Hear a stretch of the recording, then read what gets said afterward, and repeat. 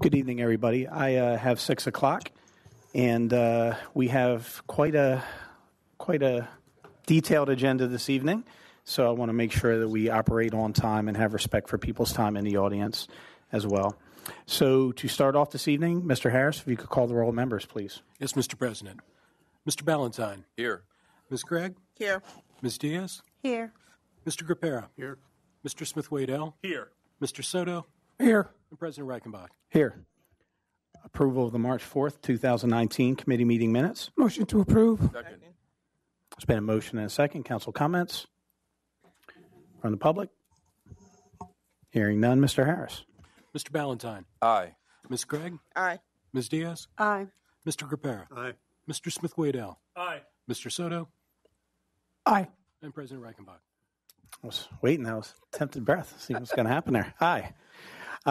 Before we get started, I just want to remind council members and members of the public, if you want to make a public comment tonight, we're going to ask that you come up to the microphone just because we are recording for the public right now through Facebook, and we want to make sure our members of the community who are watching can hear. And if you don't speak into a microphone, they will not be able to hear your comments. So I would just respectfully ask if you can make it up to the microphone.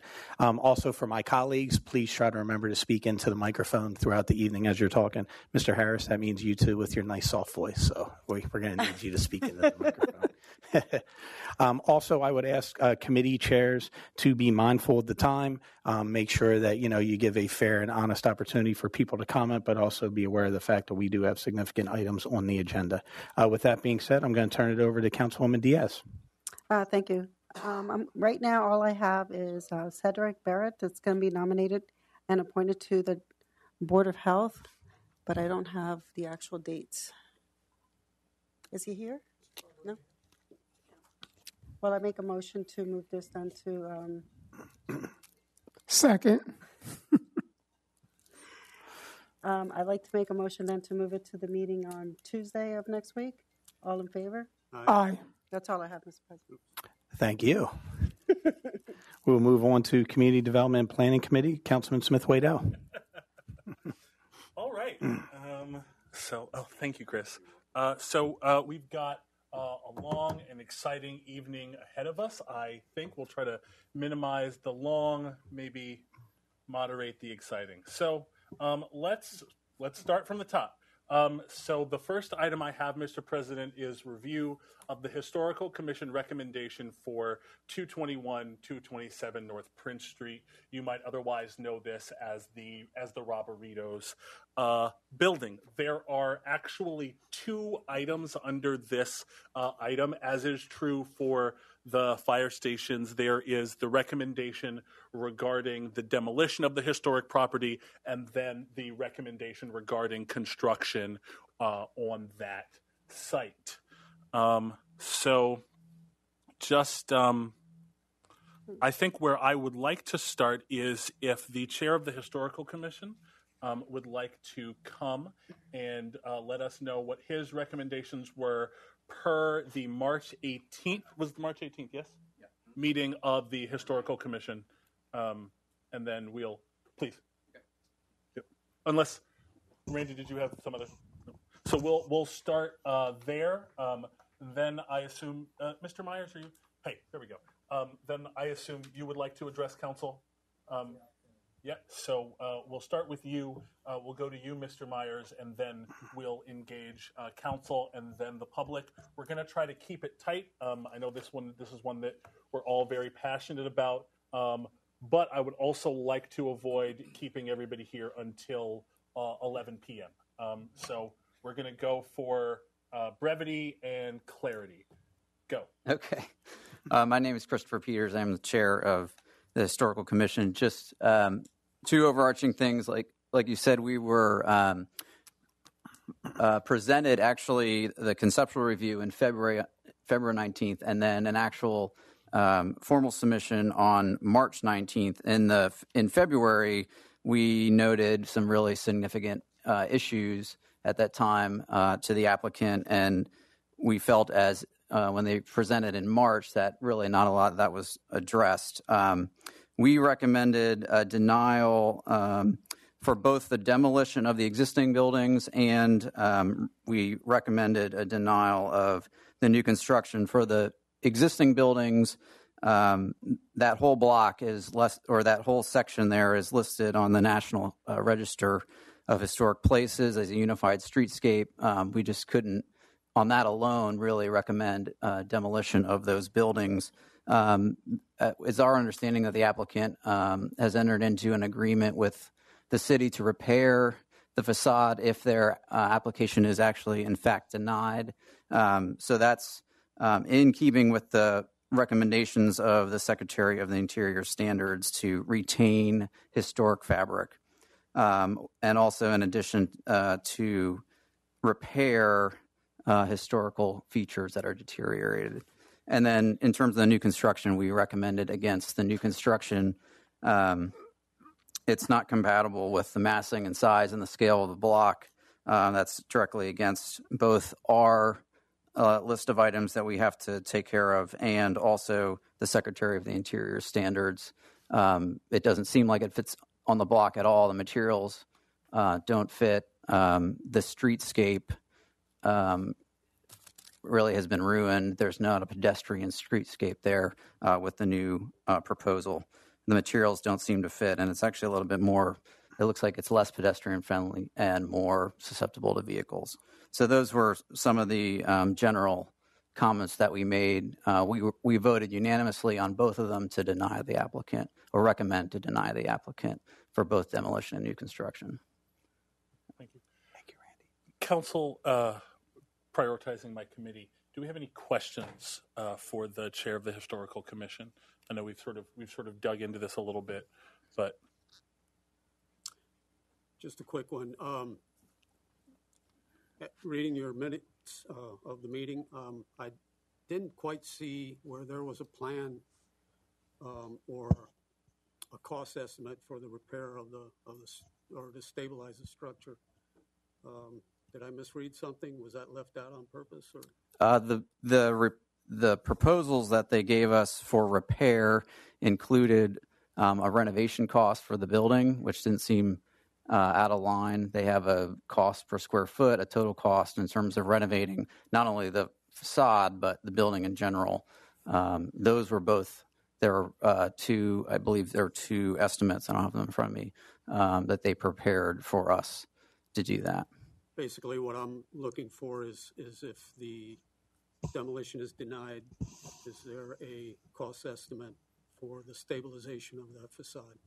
We don't have a specific cost estimate for just the stabilization. They were required by the city to stabilize it upon denial, and so we don't have an estimate for that. They agreed to do that regardless. Okay. We do have in the minutes, there is a renovation for full restoration Correct. and reuse of the building. I saw Correct. that 6 million. 6.5. 6.5.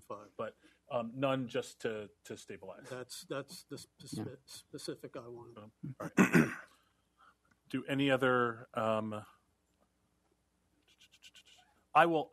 ask. What can you go into just a little more detail about what your specific objections were? Just a little more context on what led you to recommend denial. For the demolition or for new construction or? Let's start with the demolition. Okay. Like I said, the buildings were on the National Register of Historic Buildings. That's number one. Two, demolishing those buildings along that streetscape would ruin the streetscape that's there. There's no reason to remove those buildings. Our mandate is to keep and maintain historical structures when they can be repaired or retained, both their historic because they're from 1850, 1865, and just their character that's on the street.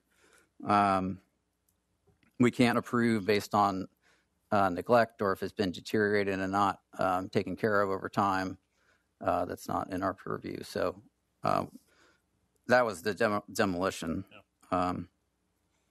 New construction, really, The size is a huge problem. It was what originally presented to us was 14 stories. I think it's at 13 stories now. When you look at it in the whole block, it just looks like it's plopped down in there. It doesn't seem to fit.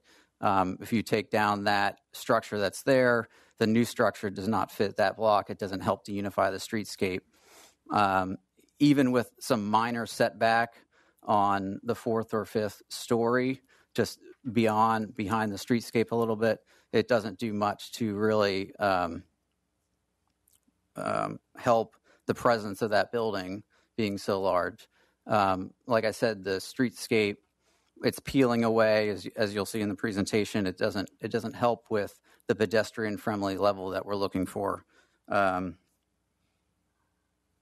are the primary things. Right, and you had an original conceptual discussion in which you gave some feedback. Just for council's context, was that feedback addressed when the actual application was made? And do you feel like that feedback was, or do you feel like in the application, if the feedback was addressed, that those were substantive changes to address your concerns? Yeah, we noted when they came back that what they did was very, very minor and didn't address any of our major concerns at all. So, like I said, the height went from 14 to 13 stories.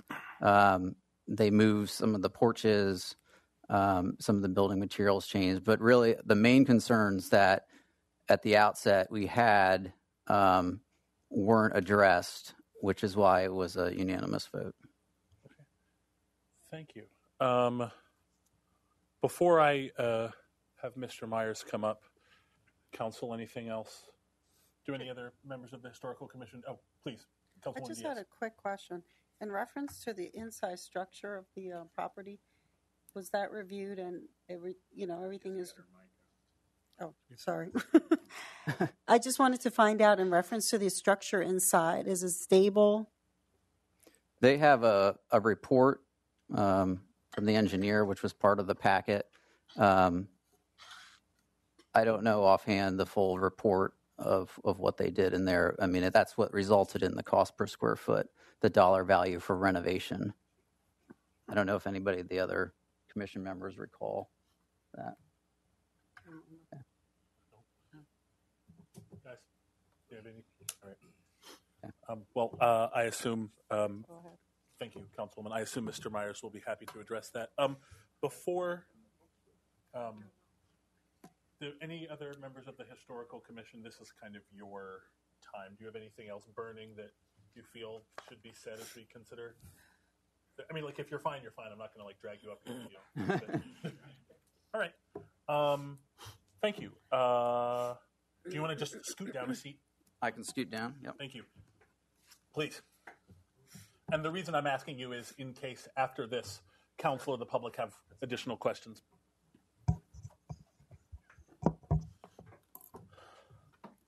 Okay. Just a reminder, please use the microphone. Thank you. Yeah, just so everyone here knows, my name is Benjamin Myers. I'm one of the owners at 221, 227. And I will be concise and then open it up for questions, as I'm sure you do have some. The main objective all along since the acquisition to now is to find ways of adding value to downtown Lancaster. And the biggest need that we see, that myself and my other partners see, is the need for housing. And so that has always been the intent to try to add value to keep people from driving and really promote walkability, urban walkability. And this project is in the right location to really promote walkability. It's in the urban core, which from a zoning and an ordinance standpoint, I see that as sort of a guide to where growth should take place downtown, where it's sort of been thought through. This is where we want to see it. So the height, all of the density, the structures themselves, we intended to keep the front part of both of the buildings and then build behind them. And after our initial structural report, the front of the Robberitos building in particular had significant enough structural issues that we changed from a keeping of the building to demolishing and rebuilding of the structure with density behind. And after sort of an informal meeting with the city, it there's some language in the code, and this is maybe goes both ways on the historic committee themselves. But I took it to mean that if you're going to remove something, if something merits demolition, then don't give me a replica. Give me something different to look at, which is why I took the more modern approach in the modern directive. And the reason why I personally felt like that was acceptable or a reasonable gesture was because even though the one side of the block is very historical, the other side, that block itself, is very eclectic. PCAD has a lot of metal and glass and steel. The Benjamin Roberts has really interesting characteristics that are very different. And obviously the Ruoff Towers are not right there on the block, but it's within a block. There's a lot of height, a lot of diversity, both directions. So I sort of took that conversation, that informal conversation with the city in the fall of last year to go the direction where we approached it from a modern standpoint. I look at the three things that I'm trying to balance personally when I think of investing in downtown Lancaster. Where does the city want me to develop from a zoning and an ordinance standpoint? So the urban core, so CB and CB1 zoning. Where is there a need, significant need in the housing, both in affordability and just supply in general? And I have both of those in this project. And preservation of historic buildings. That is, it may not look like it from this standpoint, but I actually take that very seriously. And there's a lot of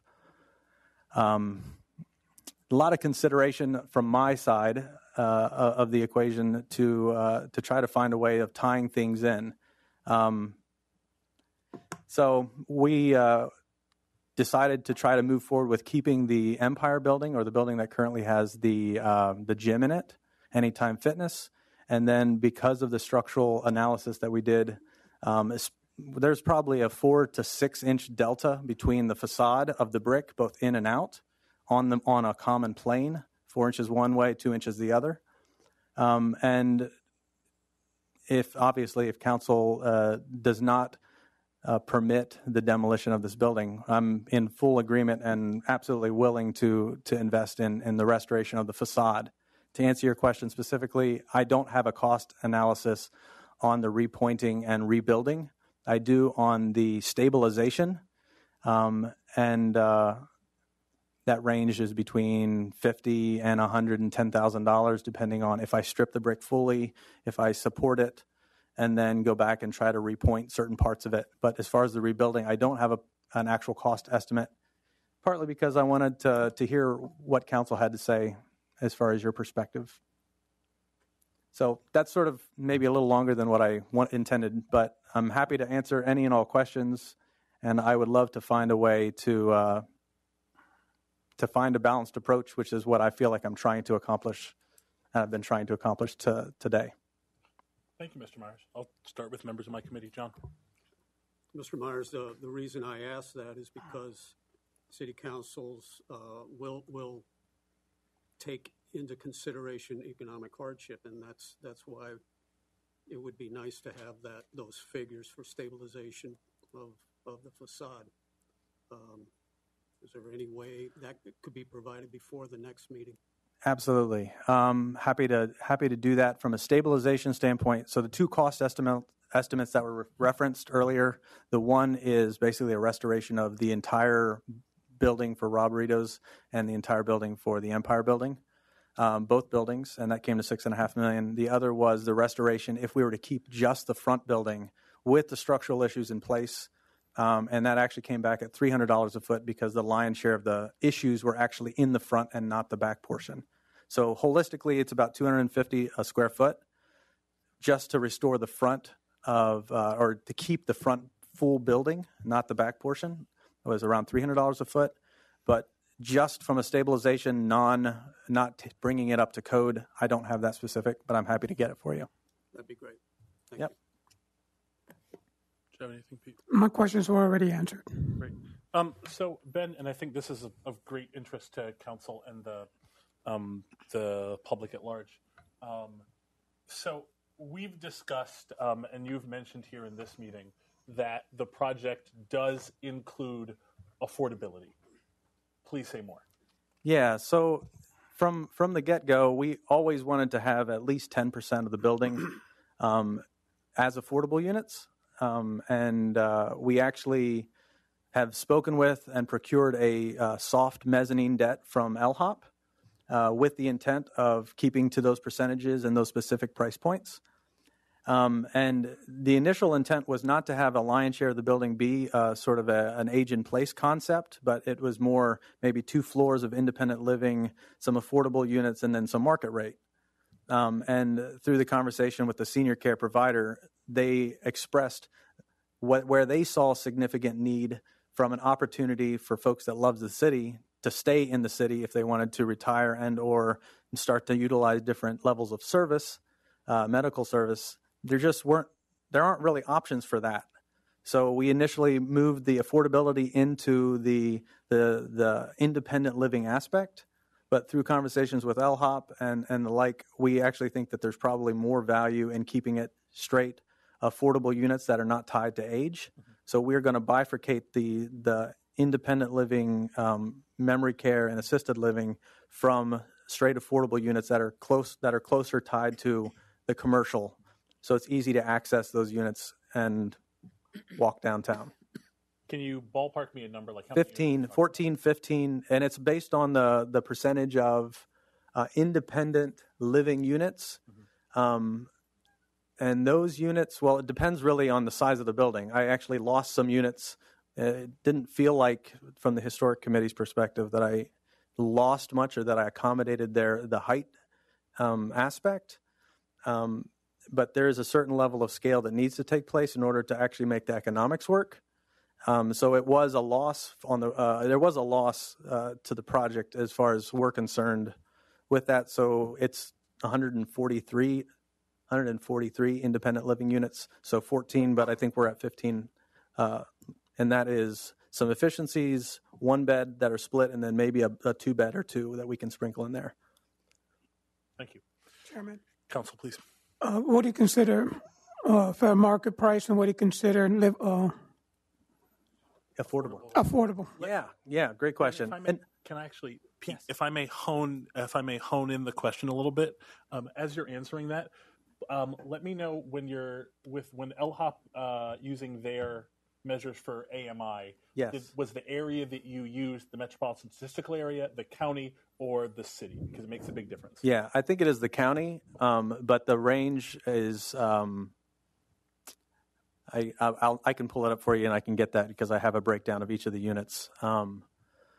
It was in the mid 700s to nothing was over 1,000. So the 2-bedroom was under 1,000. So 750, I think it was 750, maybe 950 range, depending on the size of the units. And then what's to follow up, because I did interrupt Councilman Soto, what's the market rate range? So there is no straight market range. It is either affordable or it's the CCRC, like independent living, memory care, and that range. Well, there are different metrics on the cost depending on level of service and things like that. I think it is the lowest unit. I'll give you a range. I think the range is from high teens to low 3s, depending on size of unit. And there's obviously it's not a straight market to market comparison, so it's a little out of my actually depth of knowledge. Yeah. But as far as the market data that we've seen, it's actually in the middle of the pack as far as what senior care providers provide, or the cost was for senior care providers in the county. Yeah. Right. And is that information, those breakdowns, something that could be forwarded to council ahead of our next? Absolutely. Thank you. No question. Would appreciate it. Yeah. Thank you. I have another question. In regards to the independent living, other than the actual unit, is it going to be combined just the same as other places, which would be the actual health care and also the meals that they would get, which is mostly breakfast, lunch, and dinner? I am going to be able to give you some clarity, but not to the degree that you're probably asking, partly because a lot of the actual programming is dependent on whether or not I can build 13 stories or not. I mean, as far as what is included in the price range, I don't know the level of meals. I know that there's a full kitchen and a partial kitchen. And as far as access to medical care, our goal is to create a partnership with one of, whether it's Lancaster General or another operator, that we can provide some on-site service. I'm happy to run those answers down for you, but I don't have enough clarity to give you an affirmative. And I think part of that is in my dialogue with the senior care provider, it's unknown whether or not we can actually do the project. So there's some high-level discussions happening, but we don't have the specifics at this point. Thank you.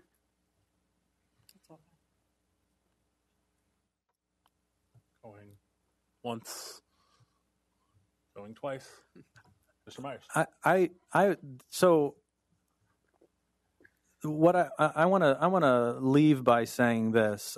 It has never been my intent to be disrespectful in this process with the Historic Commission, and I know this is a very contentious issue across the board, and I know the conversations that this brings up are conversations that need to be had as far as housing and historic preservation and growth, urban growth, and the like. And my objective really is not to leapfrog the Historic Committee. It is not to do. It's really to get an idea and a sense from the committee how I can invest in downtown Lancaster. I really want to add value downtown Lancaster. I want to promote walkability. I have a heart for the city, for small business. I have a heart for trying to find ways of providing integrated communities and not just for the elite per se. So to me, the question in this conversation, even though there was a 7-0 decline, I wanted to have the conversation with you because I want to know how I can best serve this community, how I can best invest in this community, and I want to do that. So I want to open the door for honest and good dialogue, because I think that when the city and investment or people like myself that want to invest in the city, when they work together, they have better outcomes. So I don't want this to feel contentious or to feel like I'm coming with my own agenda. I want to find ways that I can add value to the city. So I'll just close with that. Thank you, Mr. Meyer. Yeah. Appreciate it. So, Mr. Myers, we're going to ask you to stay right there. Sure. Just in case there are any questions from the public that could best be answered by you. Just to nobody else at the table. I just want to comment. I want to say thank you for the comment that you just made. I think that's important to council members because oftentimes in these situations we run into significant contention. And I appreciate the honesty, the fact that you came here. We do rely heavily on the Historic Commission. They're appointed for a reason. And I appreciate the fact that, that you're here and you're willing to have the conversation and that one could see it as leapfrog. So I appreciate the fact that while they're in your presence that, you're saying publicly that that's not your intention. And I do think going forward to have a dialogue about what opportunities might be available, it's certainly easier to do that when there's conversations happening as opposed to one of the hallmarks of what we use to get our information from and just kind of pushing them aside. So I appreciate you saying it publicly. Sure. And there are things being engaged here. Density, maybe chief among them, affordability when we talk about how we plan both as a city and as a county that have to be discussed. And that also have to be balanced with and hopefully can work in conjunction with preserving the character of the city, because these historic properties, I think, they don't just provide, it's not just a question of architecture. It's a question of community and people's right to an environment and where they may provide, with the right touch, some naturally occurring affordable housing. There's a way to work this. So with that said, I'm actually going to start with you, Tim, because Tim, where are you? Just a couple, I think, pretty cut and dried questions. Number one, what sort of licensing do you anticipate this facility having? It should be. Want me to restate that? If you don't mind, just because the public Sure. would like to hear from. So, Tim Stuhldreher, LNP newspaper. First question was, what type of licensing do you anticipate the facility having? To my best of my knowledge, it should be fully licensed as an assisted living, memory care, and independent living facility. And I mean, just by way of background, I've had about a decade of experience with old folks' homes due to my parents, and including a couple of nominal independent living facilities. And frankly, even when they are independent living, those people don't get out very much. So I'm just wondering, do you honestly anticipate people in this facility getting out on a daily basis, being part of the city's fabric? Yeah, it's a great question. So the goal has always been to find ways of having some diverse engagement or interaction. And initially we were thinking that if we only had 2 floors, there might be some naturally occurring collisions, I want to call them. People get together, they develop relationships, engagement. Because it is now a predominantly senior facility, we're trying to find ways of bringing that community in. So the restaurant on the top floor, maybe one. The ground floor, maybe we're able to get a boutique grocer or some sort of, the goal is that they're able to get what they need within walking distance. Maybe we partner with something locally. But we're trying to find ways of engaging the public and bringing the public into the building. So them walking, leaving the community. The people that have spoken to us recently about wanting to live in this building are folks that are still working. And so conceivably those folks could be walking to work instead of living outside of town or in a different location. Okay. And one question about the demolition. I think at one point I heard a price in the low hundreds of thousands of dollars for stabilization and then 6.5 for, and there's quite a variation in there. Absolutely. So, I guess the question would be, if this is denied and the building has to be restored so that it can be occupied, are we closer to the low end or the high end there? Yeah, so it's not a question of whether or not the building can be occupied. The real danger right now has to do with pedestrians walking by the front facade, which is the need for the immediate stabilization. So the building is not, if I were to go in for permits to do some work, it would take a tremendous amount of work to get it up to code. Elevators and sprinkler systems and addressing some different structural things depending on ADA access and a variety of things like that. And obviously there's a big difference, but it's also a lot of square footage difference, 30,000 versus 3,000 or versus 6,000. So if I went full on into it, it would absolutely, you're asking, I guess what you're asking me is, what would I do I think specifically? the question I'm asking is with, presumably if they, again, we have 2 issues on the table here. One is demolition, the other is new construction. If new construction is denied, but the building I want to needs find a way to continue add use. value to this particular block, to this particular location. So if I'm not planning on sitting on my laurels and just letting the building be as it is. I want to find some way of adding value to the community that is beyond where it is currently. So am I planning on going at this building full on? Absolutely. Is it going to look different? Absolutely. Is it going to have housing? I don't know. I mean, there's a whole lot at risk, including subgrade parking, including jobs, 75 jobs, tax basis. There's a whole slew of things that this project adds value to the city. And will it look different if I can't build, a 13-story structure? Yes. It's going to be very, very different. I don't know what that looks like, and I'm trying to. I I don't have clarity on that, because I think that this has significantly more value than the loss is sort of where I come to. On the stabilization, I just want to thank Mr. Myers for bringing the issue of the facade to the attention of the city. This was part of the initial conversation. We did not know that. We do not have the capacity to routinely do commercial building. You'll recall that at one point this happened before, and Barberitos had been closed for some time. And so that precipitated an immediate site inspection by our Gary Horning to see for ourselves, and that led to I think something very serious could have happened to somebody walking along the street. So the fact that that has happened, and also that they've signed the MOU that basically says they're going to fix the facade regardless of the decision of council, is also I just want to appreciate that.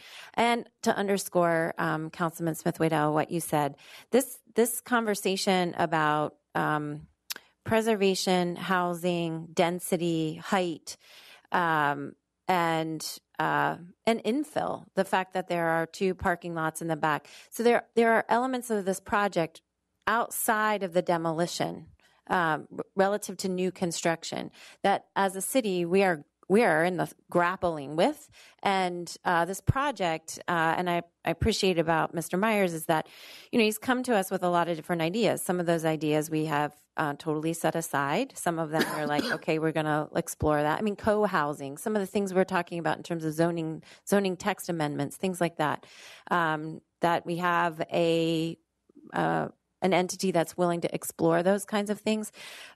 This is not to say that this is exactly the right combination, because, I have concerns about the demolition as well. Yet I think that the other questions that are on the table are as important as having a conversation about demolition, because we have to wrestle these issues, and you get to go first. Well, not really, but just for now, for this council and for me as mayor. Yep. I do, before I open it up to the broader public, Mr. Myers, I want to say that, thank you. Sure. Mr. Myers, I do want to say that I appreciate that you've engaged people in conversation, and I hope that, however this goes, I certainly don't know the will of council, but there are people, and I hope that you know that there are people around this table and also in the audience that would really value an ongoing conversation with you about what value in this city means, and what affordability, walkability, density, and how we balance those with our other priorities. So I hope you'll stay engaged, whatever happens. Who's on first? Moira Jean, please. Please come to the table and use the microphone. Sure. So I'll just have 3 questions. 3 questions and a clarification. I think I heard you say that you don't actually have a retirement community that you're working or partnering with at this point. That's yet to be determined? No, we are working with a retirement community specifically. Well, I would hope that at the point where you're able to identify who that is, that you would share that with the mayor and city council, because my questions have to do with fear and credibility. First of all, I'm Moira Jean Fitzgerald. I owned 46 North Prince Street for about 30 years. And I'm one of the few people in the city who actually experienced demolition. When the Music Academy decided to renovate and build the Ware Center, well, it became the Ware Center, I went through hell. And I was very lucky that Benchmark did the demolition, because every foot they jackhammered down, you can't use dynamite in the city, they reinforced with stone, rebarb, cement block, and poured concrete. They went below the level of Water Street's water level, the water table for the city.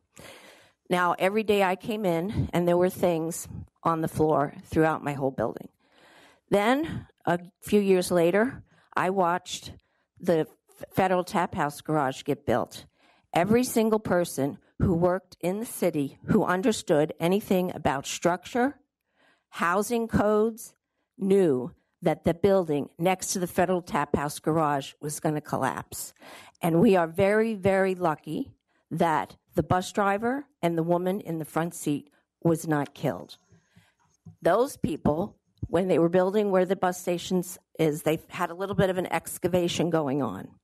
So they had an open pit, which froze and thawed, and the contractor sprayed cement that you would put on a swimming pool. That was the only stabilization that happened. So if, for some crazy reason, you get to demolish this building, which I think is an absurd request, do you honestly think that the open freestanding facade, which is attached to the Roberito building, you drive under it and there's a pebbled parking area, there's a fully restored warehouse that people have lived in and have businesses in, there's another one behind it, has businesses in, and it's fully attached to the side of your building, do you honestly think that you could demolish that building and the rest of the block would still be standing? The answer is yes. And so I actually have a background in construction management, and I live in Northern Virginia, the D.C. area, and this is a very common condition. It is not as common in Lancaster, and Lancaster has its own unique characteristics as it relates to historic buildings and the structure, foundation, and the like.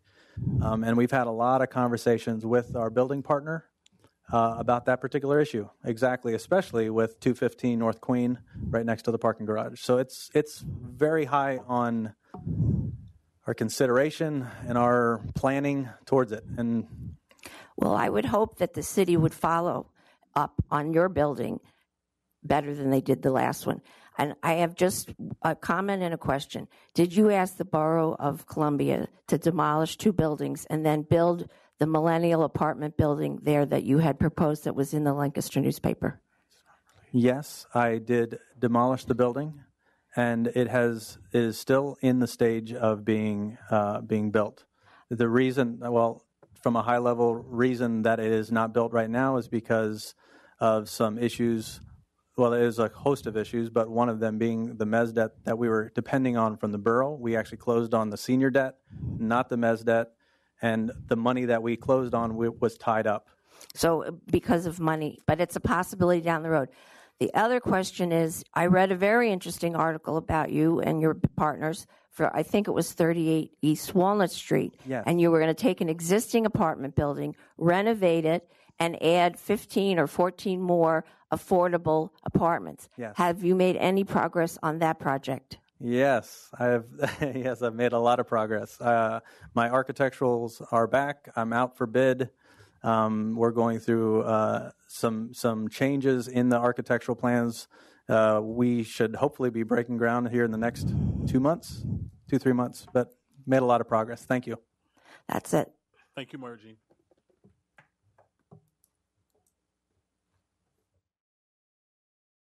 Please use the microphone, name, and et cetera, et cetera.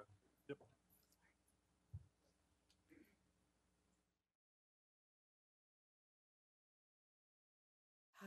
Hi, I'm Gloria Mast, architecture historian and tourism consultant. Sorry. My name is Gloria Mast, architecture historian and tourism. And I started entering into this process looking at a couple of things that might seem surface, but really are big picture. And I also want to thank Mr. Myers for his continued engagement in looking at things. And the concern that brought me in the door in the first place truly was aesthetics. And to be brief, I just want to say that we can do better. And since this is some of the first major development proposed for downtown, I think it's important to set a precedent with design, with style, with materials, that we can seek out the best. Take the time to seek out design that incorporates the character of our city, both historic and walking and aesthetic and other ideas. I think it's important to take the time, and I'm happy that Mr. Myers has dedicated that. The other question I have that just comes from being an observer in the city is about the focus on the senior living. As much as I love the money that retired tourists bring to the city and the county, I'm not sure that that's a healthy plan for the city 25 years out, 50 years out, 100 years out. I think we need to look that big about, solving some of our downtown problems. It's just when you look at urban planning issues and you start to see you're building a building for the needs of seniors. No one wants to be morbid, but you're looking at a plan that's as short as 15 years, maybe less, for occupancy. And then if you've lived in an apartment that was designed for a senior, you have a bathroom equipped for that and not for small children or a family, like that's the, design issue. Sure, you can, make renovations, but ultimately it's a different type of living situation and it brings in different people. Also, if you look at trends with retirement pensions and like the style of retirement in general, the next generations, we don't have what the current seniors have in terms of pension structures, retirement structures, et cetera. So is focusing, I'm not saying that we don't need the housing because you just have to look and we so need it. But I want to say, let's be careful about what we're planning for. If we're only planning for the next 10 years or 15 years, we're going to have this conversation again. And think of things that way. And another comment I had that also refers to design and sometimes aesthetics. At one of the meetings I've attended, I've seen the interior plan. You showed the interior plan at some point. And that is a plan that doesn't promote the community bump-ins that you were referring to. There's existing buildings, existing architects that I'll happily direct you to. If you want to look at an interior structure that is designed for multi-generational interaction, like that research exists, those plans have been made, and I think it's worth, the city is worth taking the time to explore those aspects rather than just, nothing has been exactly rancorous with this process, and I love that about it. But I think the city is worth the conversation, and that's my only comment. Thank you for your time, both are ready. Thank you. Thank you.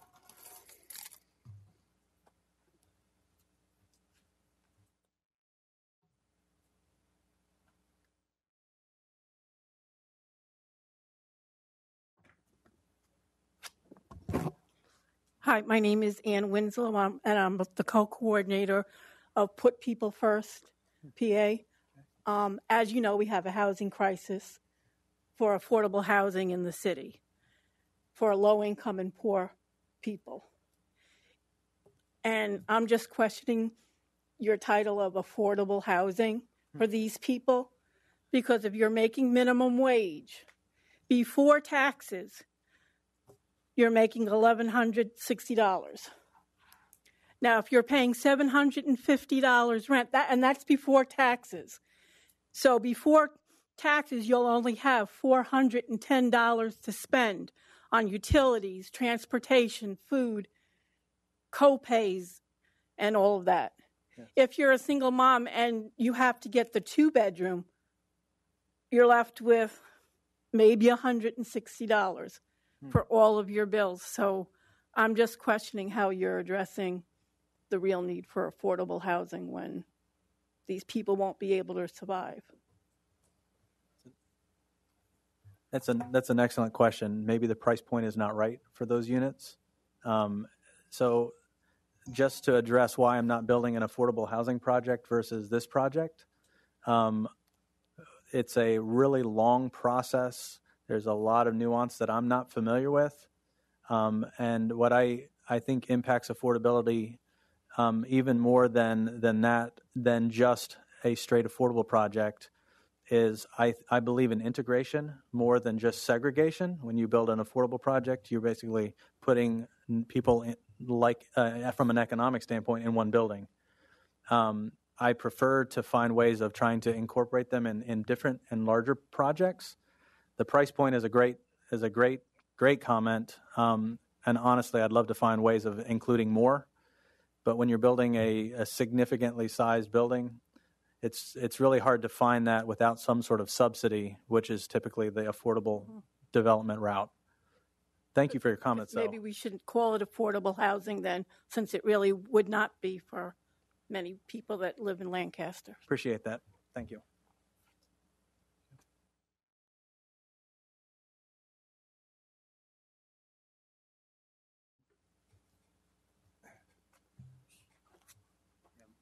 My name's Scott Seuss. My wife and I own a property on the 300 block of North Queen Street. We bought the property because we love the property. We love the potential that it has. And we spent a great deal of money and sweat equity and hard time literally gutting the building to 4 brick walls, putting it back because it was ready to implode. And one of the greatest things that we appreciate is the view out the front of our building, which we can see a great vista of the cityscape. And we have awesome sunsets that we can see out that building, and we get a great deal of sunlight coming in through the front of our building. Now, I know this is selfish, and the city needs to consider all the other things that he's saying. I'm really disappointed that what I would be seeing now is an eyesore.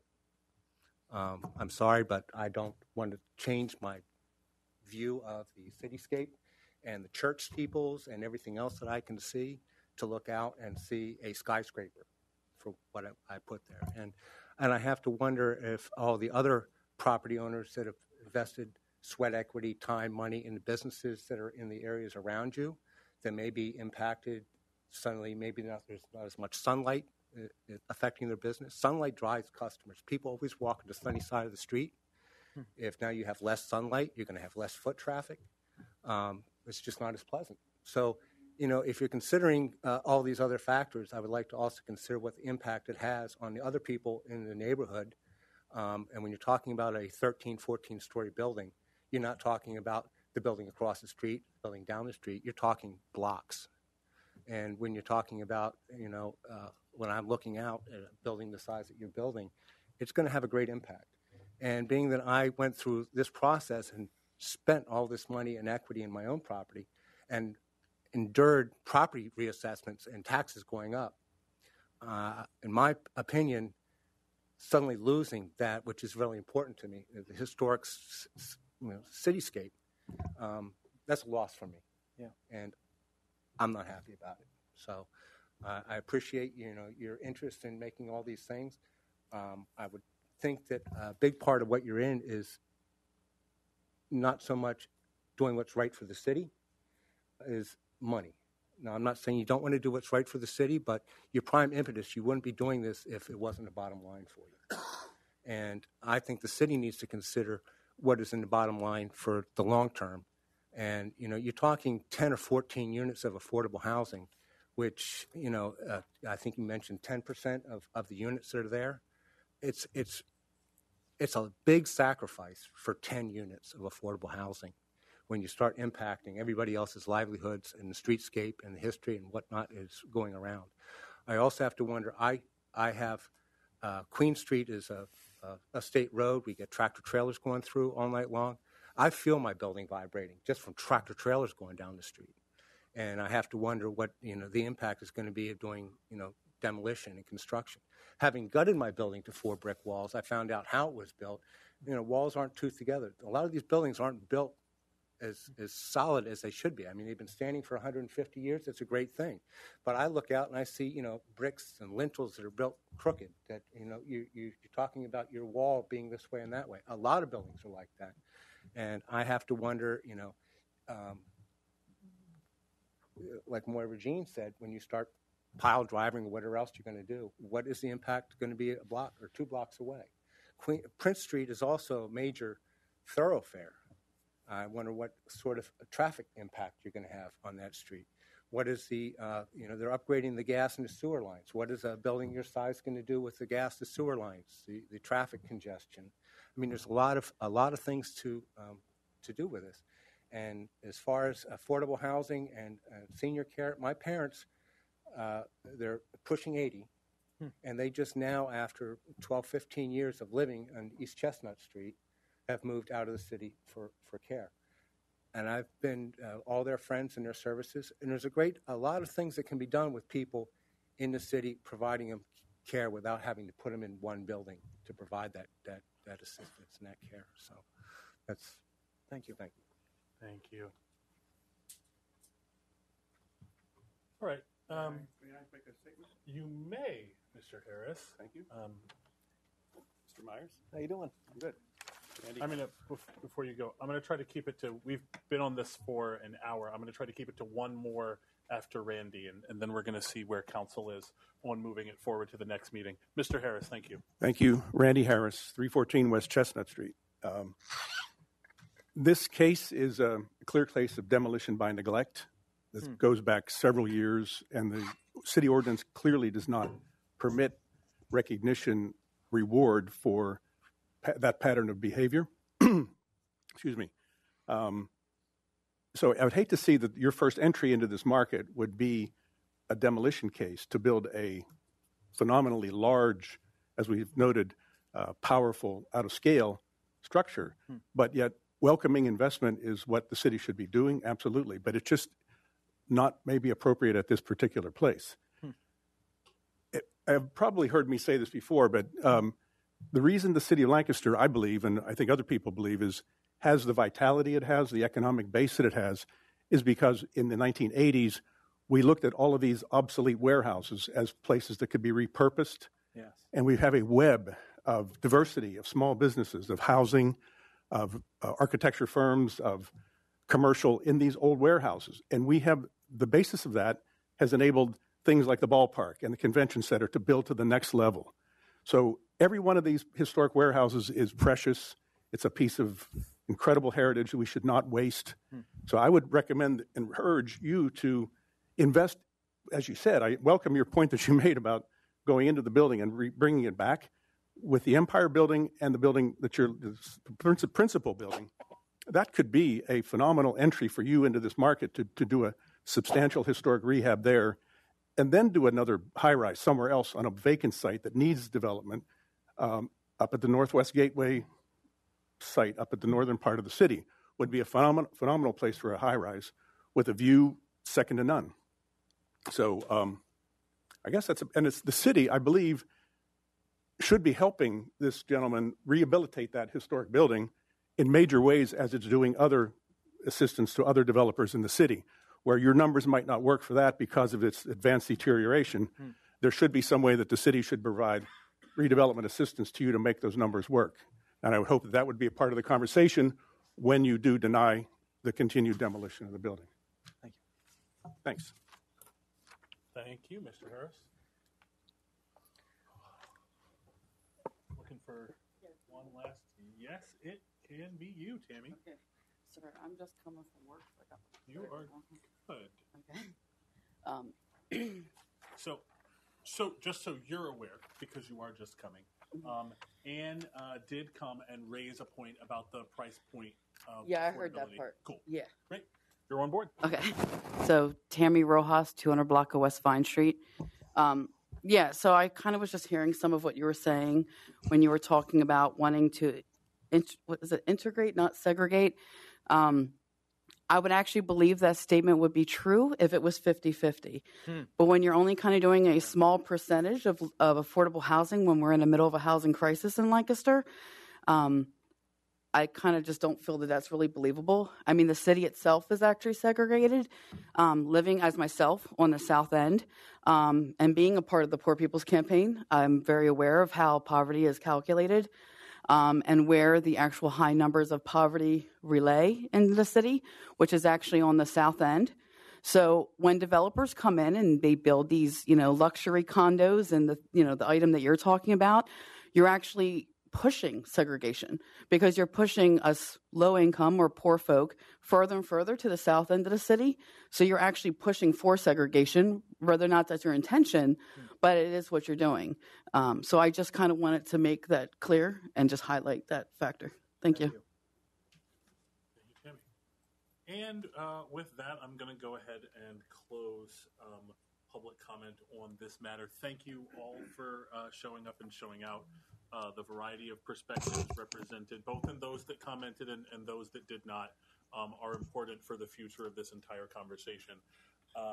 And so you've kind of gotten grilled a little bit, and hopefully that's ultimately productive for all of us, that there can be some sort of productive tension as we try to figure out how we're going to develop our little city forward. So, Mr. Patterson, would you please, as you did for me a couple of weeks ago, just advise us to our options as a committee? If you wouldn't mind speaking into the microphone, sir. I will certainly do that. Thank you. So the committee does not act as an official city council meeting. So eventually the committee needs to make a recommendation to the full council to either support the recommendation of the Historical Commission, to support the recommendation but with recommended changes, or to consider overturning the recommendation of City Council. The committee does have the right this evening to ask for additional information that could be presented at your next committee meeting, but at that committee meeting you would be asked to make a recommendation to council. Council can then go through the same process at a city council meeting of asking for additional information, presentations to be made at that council committee meeting. Once it moves to council, there's 60 days for council to take action, and it's basically the three same pieces of action that council would take. Did that answer your question? It does. With that, I will entertain a motion if my committee members have one. I do have a motion. Mr. Councilman? Chair. I would like to make a motion to move the Historical Commission recommendation as is to full council on April 8th. Just to clarify, Councilman Graupera, you are referring to moving both recommendations for denial. So both denial of the certificate of appropriateness to demolish and permission to construct as planned on the site. Correct. Second. With that, do you guys have any additional comments you'd like to make? Just for the record, it's the 9th. Sorry. It's okay. The 9th. I amend the amendment. The only comments I want to add is that I truly in my heart feel that there's no need to demolish this building. None whatsoever. I think bringing the building up to code and moving forward with the other plans, but there's no way I would support a demolition at this time. So with that, and before I call for a vote of the committee, to clarify for all present, this would move this forward to council on the 9th, and good Lord willing, we could have the same level of discussion and interrogation, or we could move more quickly at that meeting. But just to say that this does not represent a final vote, just to clarify that point. And it is my hope that between whatever happens in the intervening seconds and the next meeting, that all of the informations, the breakdowns, any visuals that would be of benefit to council members, I guess that goes both to you, Mr. Myers, and to you, Suzanne, if there's anything you've received that would be of benefit to us in making the most complete decision possible, please be forwarded to Mr. Harris as soon as possible. So with that, I will call for a vote on. Just a point of clarity. Yeah. I would love, if there are requests specific to me, I'm more than happy to get it to you. But right now, I only have one as it relates to the structural facade and getting the cost estimate on that. And yes, right.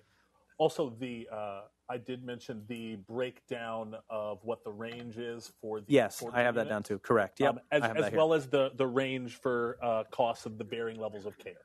Yep. Yep. That's what I know that exists. And so with that, thank you, Mr. Myers, for clarifying that. I will call for a vote. All in favor of Councilman Graupera's motion, say aye. Aye. All right. So we'll pick this back up on the 9th. Thank you, Mr. Myers, and thank you, sir. All right. Thank you, everybody, for sticking in. These are important conversations. We're now dealing with... we're now going to address number 2, the Historical Commission recommendations for 425 West King Street and 333 East King Street, which are the East and West King Street fire stations. I guess it's you, Mr. Evans.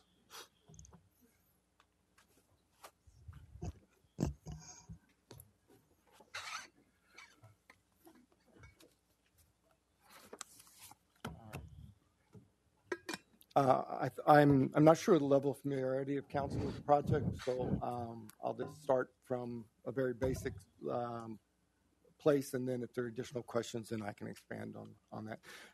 Basically, what the proposal is to construct 2 new fire stations on the site of the 2 existing fire stations. Current sites exist at 425 West King Street and 433 East King Street.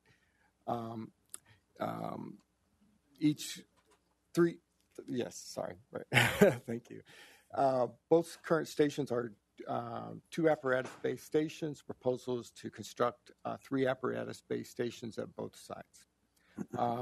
The proposal for demolition includes the proposal for demolishing the existing fire station at West King Street, along with the former sign and signal shop on the same site, and the existing fire station on East King Street as well. The basic plan for construction is to start on the West King Street site with the demolition of the current fire station number 1, and reconstruct a new fire station on that site. Following the sort of certification of completion of that site, then to begin with the demolition of the fire station on the East King Street site, Fire Station 3, and reconstruct a new building on that site following it. The overall duration of construction is approximately a year and a half. So, but that year and a half, as you just articulated, there will be 1 fire station at a time that will be out of service. Correct. So it's not we'll be down 2 fire stations for... Absolutely not. And I believe, I don't see Chief Little here, but I believe there is a plan for maintaining those battalions at alternate locations during this period. So there's no reduction in service planned. It's just they will be orphaned for that period from those stations and be housed at different locations. Would that be number 6 by any chance? No, we are in the process of negotiating an agreement with Manheim Township to co-locate an engine and 3 fire staff, a platoon that would rotate through, and the location that's just Fruitville Pike, just on the right as you're headed towards Belmont. Good. Could we, this probably isn't a plan, do we expect similar response times from those locations? Yeah, so with Station 6 and Station 1 staying, Station 6 and Station 3 staying in play, and then having that station in the north, we are anticipating similar response times. Right. Some response times will be dramatically improved by being located in the north. Sure. Some will be affected, but not affected such that we're not meeting our standard. Okay. So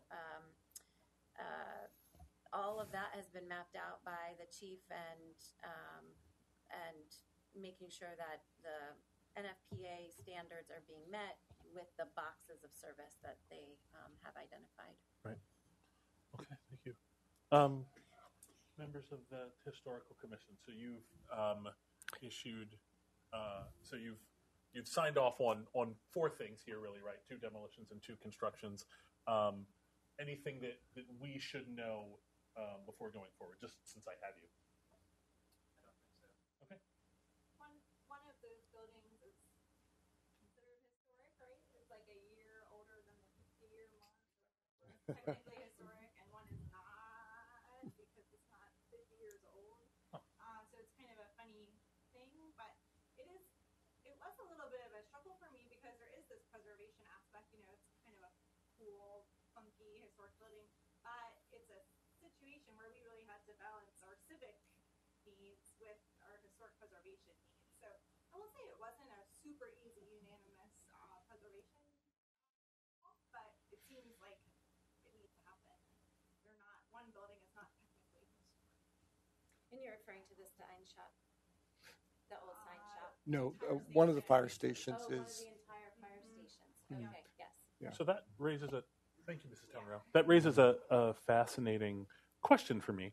If only one is historic, why are both of them? They're in the historic district. They're both, okay, great. Yeah. And being 51 years old qualifies. Is historic? I must be ancient. Qualifies it. But having served on the board, part of the board's job is to make these evaluations, right. and I think the unanimous decisions sort of indicated that these buildings weren't evaluated as being per se historic in nature. Right. This seems like a good time to remind everybody that I was born a week after the wall fell, and but is there? Just humor me. Is there a documentation plan? I'm sure they're very well documented inside. There actually are some existing condition drawings from when they were constructed. Wow. So there isn't much to the buildings. They're concrete block buildings on a concrete slab. So there was no, and I don't know if any of y'all have had the chance to go into the fire stations, but there really is nothing of. There's no compelling architecture, right? Okay. Have you all had a chance to tour our fire facilities? And if you haven't, you should. Microphone, please. Sorry, Mayor. Sorry. Just a reminder, please use the microphone. For our existing fire facilities, I'd encourage you to do so. What I really appreciate about these plans is that we're utilizing land that the city already owns and going up. The way that, if you see where the living quarters are for our men and women who serve, not very far off of the bay where they're parking the trucks. We have a lot of issues with the turnout gear, the cleaning of the turnout gear. We have concerns about cancer exposure from carcinogens related to materials that are used to flame retardants and things like that. So the new fire stations are very, very sorely needed. And I know that that's sort of outside of the scope of the conversation we're having, but if you have a chance to tour the facilities, you'll see for yourself. Just if I could add to the mayor's comments, is that the philosophy behind the design of the new stations takes into account what's referred to as red zones or hot zones.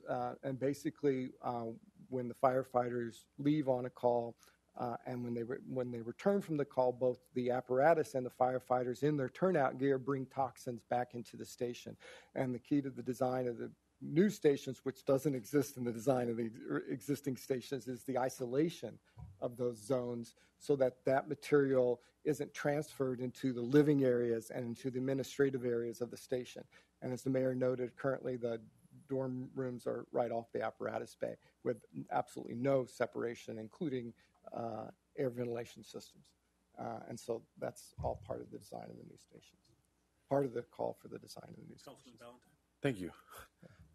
Based on the notes, it says that both of the fire stations right now, their existing architecture is different than the rest of the blocks, but it says that the new structures are supposed to knit with the neighborhoods. Is that for both buildings? Correct. Both the way the structures are placed let me start the way the structures are laid out. There's multiple components of the building, the most dominant being the apparatus bays. Again, these have 3 apparatus bays. The apparatus bays are approximately 20 feet by 100, 19 feet by 198 feet. The site itself is only 95 feet wide on East King Street and 97.5 feet wide on West King Street. So there is a limited breadth of the buildings.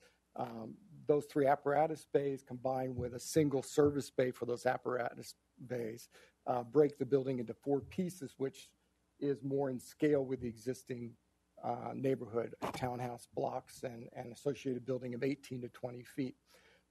The service bay is pulled forward to engage the streetscape at the sidewalk line. Currently, both fire stations are just sort of floating. They were built at a period where suburban buildings of suburban character were commonly placed in the city without a lot of regard to what the original streetscape looked like. So these fire stations are designed to first attach themselves to the streetscape and then to pull back where it's necessary for the maneuvering of the apparatus prior to entering the apparatus space. Also, the material selection is drawn from the neighborhood and drawn from the city as a whole. Materials such as cast stone, red brick, things that are characteristic of the city as a whole. That's cool. That was one of the things that stuck out, that it seems almost restorative back to the natural cityscape, so I appreciated that in the design. I think that was one of the comments of the Historical Commission, was that, to some extent these buildings are correcting a problem that had been created with the construction of the original not the original fire stations, the construction of these 2 fire stations, because on West King Street, the original fire station is just another 5 doors down where the opera workshop is now. And you can see how fire stations used to integrate with streetscapes, how in the 60s and the 70s there was a diversion from that, not just with the design of fire stations, but design of architecture in urban areas. And now we're having the luxury trying to correct that problem as part of this process. Cool. Thank you. Please. What is the proposed start date of construction? We hope to start in September. And 18 months for each station? 9 months for each station. 9 to 18 months total. Mm-hmm. Optimistically, 18 months as a whole, 9 months for each station. We'll define that process as we go closer to sending the project out to bid. It's a public bid. That should happen in August, late July to August. And we'll establish a working day number as part of that contract. But tentatively, an optimistic estimate is 9 months per station. Thank you. Mr. Chairman, Bruce, if I understand, there's alleys behind both stations, are there not? There's streets behind both stations. Yes, streets that are accessible by the station themselves. Currently, the East King Street station, there's a grade differential. In both cases, there's a grade differential between King and Grant. And on East King Street, you access a parking lot that's not continuous with the station. On West King Street, there's a grade, a very strong grade, but it is continuous with the station. So in both cases, with the design of the new fire station, there'll be access to parking lots off of Grant Street for the firefighters. But not complete access to the station itself? There'll be a retaining wall. Will remain. Orange Street. There'll be the one on East Orange Street will be rebuilt. The one similar to that will be integrated into design of West Orange Street. Okay. West King Street, excuse me, King Street, both cases. And West King's going first, correct? West King is going first, correct. Yeah, and part of that was because currently East King Street station is about 35 feet off of the street, and West King Street is much closer. And the goal in the design is to pull West King Street back, similar to the way East King Street's recessed. So there's a significant apron for the fire trucks to be able to pull out of the apparatus base before they pull onto the street. And then when they return again to pull off of the street before they pull into the apparatus base. So it increased the grade and necessitated the retaining wall on West King Street. Thank you. Other council comments? I had a question. Bruce, can you tell me if there's any way to preserve any of the brick or anything, like to recycle? you can pulverize it sometimes and find resources for that. I'm not aware of a market for the brick that the fire stations are currently built out of. It's not necessarily brick of a historic character. That might be one of the better opportunities, and that would be the case for block and concrete as well. A lot of times that's used for fill underneath new slabs and so forth. Thank you. Mm-hmm. And just one final thing, if I may. We are going through a process of reviewing all of the systems in the building, as well as other energy efficiency upgrades. We're looking at green roofs, pretty much any kind of sustainability aspect that we can incorporate. We're likely not going to pursue LEED certification per se, because that comes with additional costs elements, but we are going to be pursuing the aspects that would get you LEED certification. So in terms of system design and efficiencies, the idea is that these buildings are going to be good for the environment as well. Noting that we are demolishing the old buildings, which is the first rule of thumb, is to reuse as much as possible. But in these cases, just the changing nature of the needs and the demands for the space and the safety issues we talked about in terms of hotspots don't really allow for that. Comments from the public? Oh, Pete, did you? I'm sorry, yes. How much remediation will be involved in these stations as far as, and I'm just going to use this word out there, asbestos and fire prevention and all that?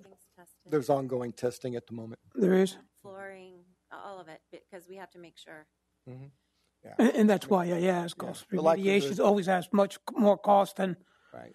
There may be some VCT that may have asbestos in it. There may be some acoustical, but that's all being tested right now. And if that is found, that typically is removed prior to construction starting. Thank you. Oh, Tim, go ahead. You want me to come up? Yes, please. We should just get you a microphone back there. Tim Stuhlder, LNP. First, a point of information. The mayor was talking about visiting the fire halls. I believe they're going to be open houses on the 9th and the 23rd at 6 p.m. Correct. Thank you, Tim. And I just wanted to confirm the September start date. Is that demolition starts, or demolition has happened and now we're starting construction? We're still working on the construction schedule, but the anticipation would be late August or early December. We'd start with demolition. Okay. If we can start. My preference would be to start demolition in late August, but I don't make that decision. Thank you.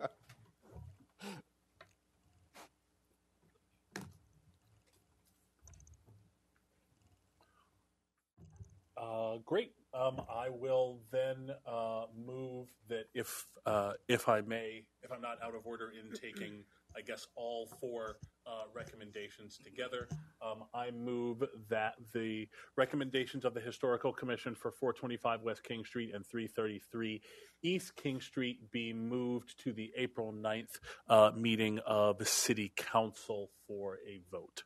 Second. Any other council comments from the public? All in favor? Aye. Great. Council Resolution number 17. Thank you, Bruce. Thanks, Bruce. Number 17, 2019, supporting establishment of a healthcare advocate in state government. So to contextualize a little bit as to what that is, though, I'm sure our friends here will have more to say. The state of Pennsylvania does have an advocate for the public in matters involving public utilities. That advocate is supposed to inform and advocate on behalf of consumers of those public utilities and represent their interests in court proceedings and otherwise. Several other states have expanded versions of this idea to the matter of healthcare. So that is what Council Resolution number 17 addresses. I think we will start with, and everybody has everybody gotten a chance to? Great. So in that case, I didn't know if you, Tammy, please. Would you like to? I don't have anything to add right now. Okay. Unless there's questions or something. Great. Then let's just let's discuss it. In fact, I'll start this way. I move that Council Resolution number 17, 2019 be moved to the April 9th meeting of full council for a vote. Second. Great. Council comments. I'm just glad that this was brought to our attention. We had the privilege, the mayor and Councilman Valentine and myself, to be up in Harrisburg today to talk about a whole host of issues that impact local government and residents. And frustrating can be a term, I think, that we all experienced just while we were up there today, talking about how slow the wheels of state government move sometimes. But it certainly helps when local government puts their impetus behind something and delivers it directly to state officials. That certainly seems to have an impact. And even just our presence up there today, speaking on issues that are important to us, certainly seems to have more of an impact than us just being passive and waiting to see if things get done. So I'm glad this is in front of us, and it seems like something that we should already have. It's kind of surprising that we don't. And it seems like a pretty common sense thing from a state government perspective to appoint this and really give some teeth to it. Any other council comments? It seems like we are all, just from what I've seen and heard from other council members, that we were all on board with the idea and happy to provide support to this, because the challenges that a public health advocate for the state of Pennsylvania would help to address are very, very real. And they enter not just healthcare, but housing and work, and really every other facet of life in Lancaster. And with that, I'll open it up to other comments from the public on this resolution before we. Hey, Tim. Hey. You need a rolling chair. That's what you need. Hi, Tim Studer, LNP. Just curious if there's anything in this resolution other than we call for. Are there any specifics other than calling for this creation of this office? So first, I will ask Mr. Harris if you would, after the meeting, please forward. Is that everybody fine with us forwarding the draft? On the website. Great, beautiful. What that? Oh, I beat you to it. Look at that. Never mind. All right, great. Cool. All in favor? Aye. Aye. Fantastic. All right. Zoning ordinance text amendments. All right. Bring it home, Mr. Patterson. In for a landing. Please speak into the microphone, Mr. Patterson. It'll only take about an hour and a half. No, so I am not going to go through the amendments. The purpose of tonight's action by the council is to start the process. So we have given you some text amendments to the zoning ordinance. In 2013, we did a complete rewrite. We've not done one since then. So normally text amendments are used to make adjustments based on things that have come before the city over a period of time. We have been weighing back and forth whether to delay this or move forward with it based on conversations around affordable housing, based on conversations around short-term rentals. The decision was to move forward with these text amendments as presented. So tonight, council committee's action is really just to initiate the process, to allow us to release these to the County Planning Commission, to the City Planning Commission, and to the Land Use Advisory Board of Growing Together. There will be 2 additional public hearings, one by the Planning Commission and then one by City Council at the first reading. So there are multiple opportunities going forward for amendments to be made to the text amendments in front of you. The primary reason we decided to move forward, one of the major text amendments is related to the cell tower issue currently before the city. The Federal Communications Commission has required some additional adjustments to notification, and we wanted to get those into the zoning hearing ordinance, or the zoning ordinance, as quickly as possible. There are a couple other key issues here where we're reducing the lot size, or the square footage of building size to convert to multifamily. It's currently at 3,500. We're looking to reduce that to 2,000, so allowing for smaller buildings to be converted to multifamily. There's a section on bicycle parking, primarily in the core of the downtown. There are sections on floodplain changes that needed to be made regarding riparian buffers. And there are a few changes to parking, but very minimal. What we are recommending is to move forward with these.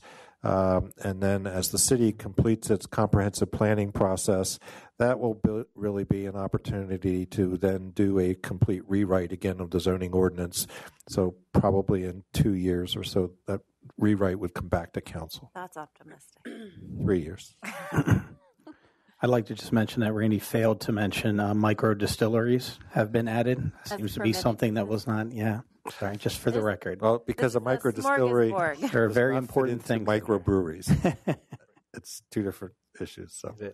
In a bathtub, or do you have to have some kind of housing? Actually, micro distilleries today fit around my arms.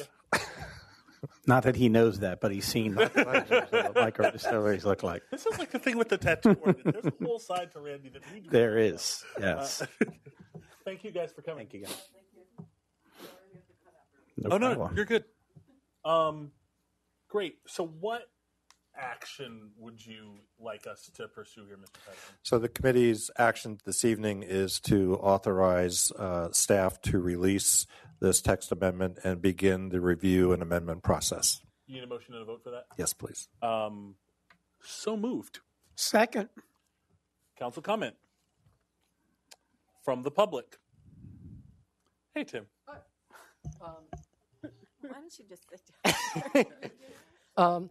Sorry, just trying to understand. Normally, actions are not taken by committee, but by the council as a whole. But you're saying that in this case, there's committee. no action being taken other than initiating the process, and Council Committee for Community Development Planning initiates that process. Okay, will we be seeing this at council next week? No. Oh.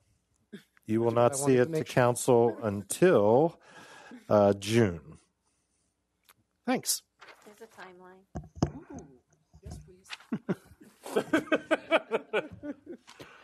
Can I just add, Councilman? I appreciate Randy and the mayor. I appreciate you not waiting to make changes. Like, I think that we've made that a habit, and I think that's a good thing. Like, instead of waiting until the next time to do it, if there are things that we can improve on, I like the lowering to 2,000 square feet. I think that's a significant improvement. It's going to help. Those are things that most people don't pay attention to, but that'll really make an impact. So thank you for not waiting a couple years down the road. If we can do it now, why don't we do it? So I appreciate that. And it has the advantage, I'll just tack on, of letting us see what happens before we engage in the comprehensive plan. Yep. Great. All in favor? Aye. Thank you, Mr. Patterson. With that, Mr. President, I thank you for 93 minutes of your time, and that closes the Community Development and Planning Committee. So well worthwhile 93 minutes. Well invested. Moving to Public Works Committee, Councilman Graupera. Thank you, Mr. President. We will start off the Public Works Committee with a briefing of the construction projects and neighborhood impacts. And as always, after the briefing, we will open it up to council and the public. And I'm sure some neighbors are here in the audience. Thank you. Thank you. So I'm just going to sort of go through an update of where we stand. As you know, there's a lot of construction that's happening, and we anticipate there will be even more as the season gets fully underway. I know there have been some concerns about some of the trenches and some of that activity that's happened already. So the blacktop plant should be opening up or starting to open up. So we're hoping that our contractors and UGI's contractors can get out there and start to make the roads a little bit more palatable for the public. So that will be happening, I would say, in the next 2 to 3 weeks. You should see marked improvements related to those things. There are a lot of specific projects that are going on. A lot of you are aware of the Prince Street project. UGI will be upgrading their mains and services. They are in advance of PennDOT's paving scheduled for next year. So they will have 2 crews working. And actually, they have started at Seymour Street. That crew will be working during the day since it's a primary residential area. And then there will be a second crew starting shortly in the King Street area and moving its way north to James Street, and that will be primarily night work. So UGI has had public meetings to inform the impacted residents and business owners. Are there any questions about that? I just have one question. I've been receiving a lot of phone calls about East Walnut and okay. Yep, sorry. So yeah, Walnut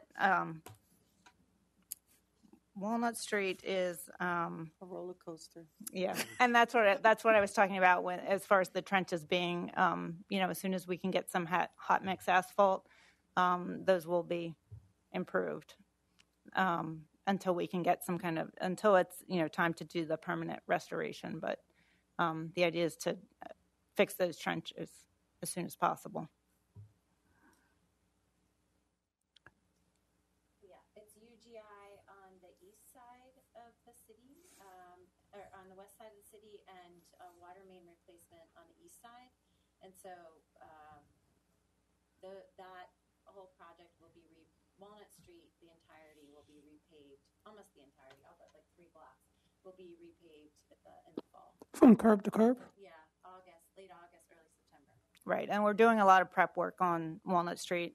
As we mentioned, UGI, the plan was to pave Walnut Street, so we're getting all our ahead of work done. There's a green infrastructure project between between Prince and Duke. We're replacing water main on the east side. UGI is going to be replacing gas main on the west side, the 200 and 300 blocks. So there's a fair amount of ahead of paving work that needs to happen. We also have the Prince and Walnut Street project that will be opened up. The bid will be opened up on Wednesday to remove the right turn lane on Prince Street. So we're getting all those projects in so that we can come through and pave Walnut Street all at once and make it a nice street again. Is it safe to say that wherever UGI is installing mains, the meters will follow? Yes. Are they as aggressive with the meters as they always been? Yes, because they have, I'll just speak to this briefly. So UGI, we continue to work with them and individual residents.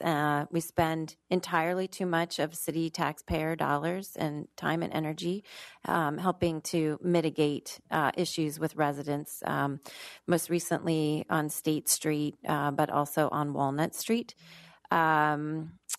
So the way that this is supposed to work is that you receive a letter indicating that you will be getting an upgraded meter. Then you're to receive another letter with some time schedule on it, and a door tag with a temporary marking for where they're planning to place the meter. If the resident is unhappy with that placement, then there's a phone number to call on the door tag, and someone will come out and meet you at the property to determine the placement of the meter. That's how it's supposed to go. But we have evidence, and we hear regularly from residents that those letters aren't being received, that UGI contractors are just showing up on the front door at 7 a.m., and there are issues with the way that they are returning, like the condition of the streets. And so there are limitations to how great the streets can be when you have no hot asphalt.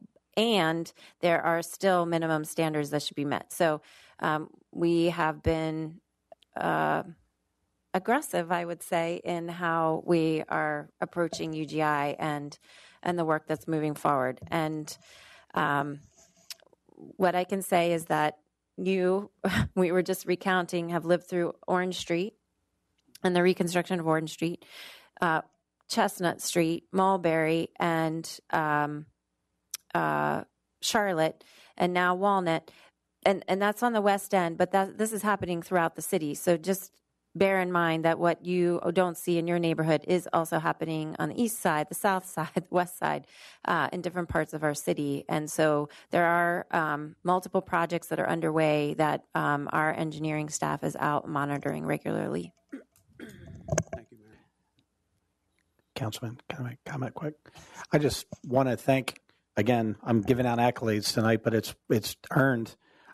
When I first came on council, one of the biggest complaints I heard from residents is, I don't understand why you get a street paved and then it gets torn up 6 months after that and a new utility is coming in. It's a waste of taxpayer dollars. And they were right.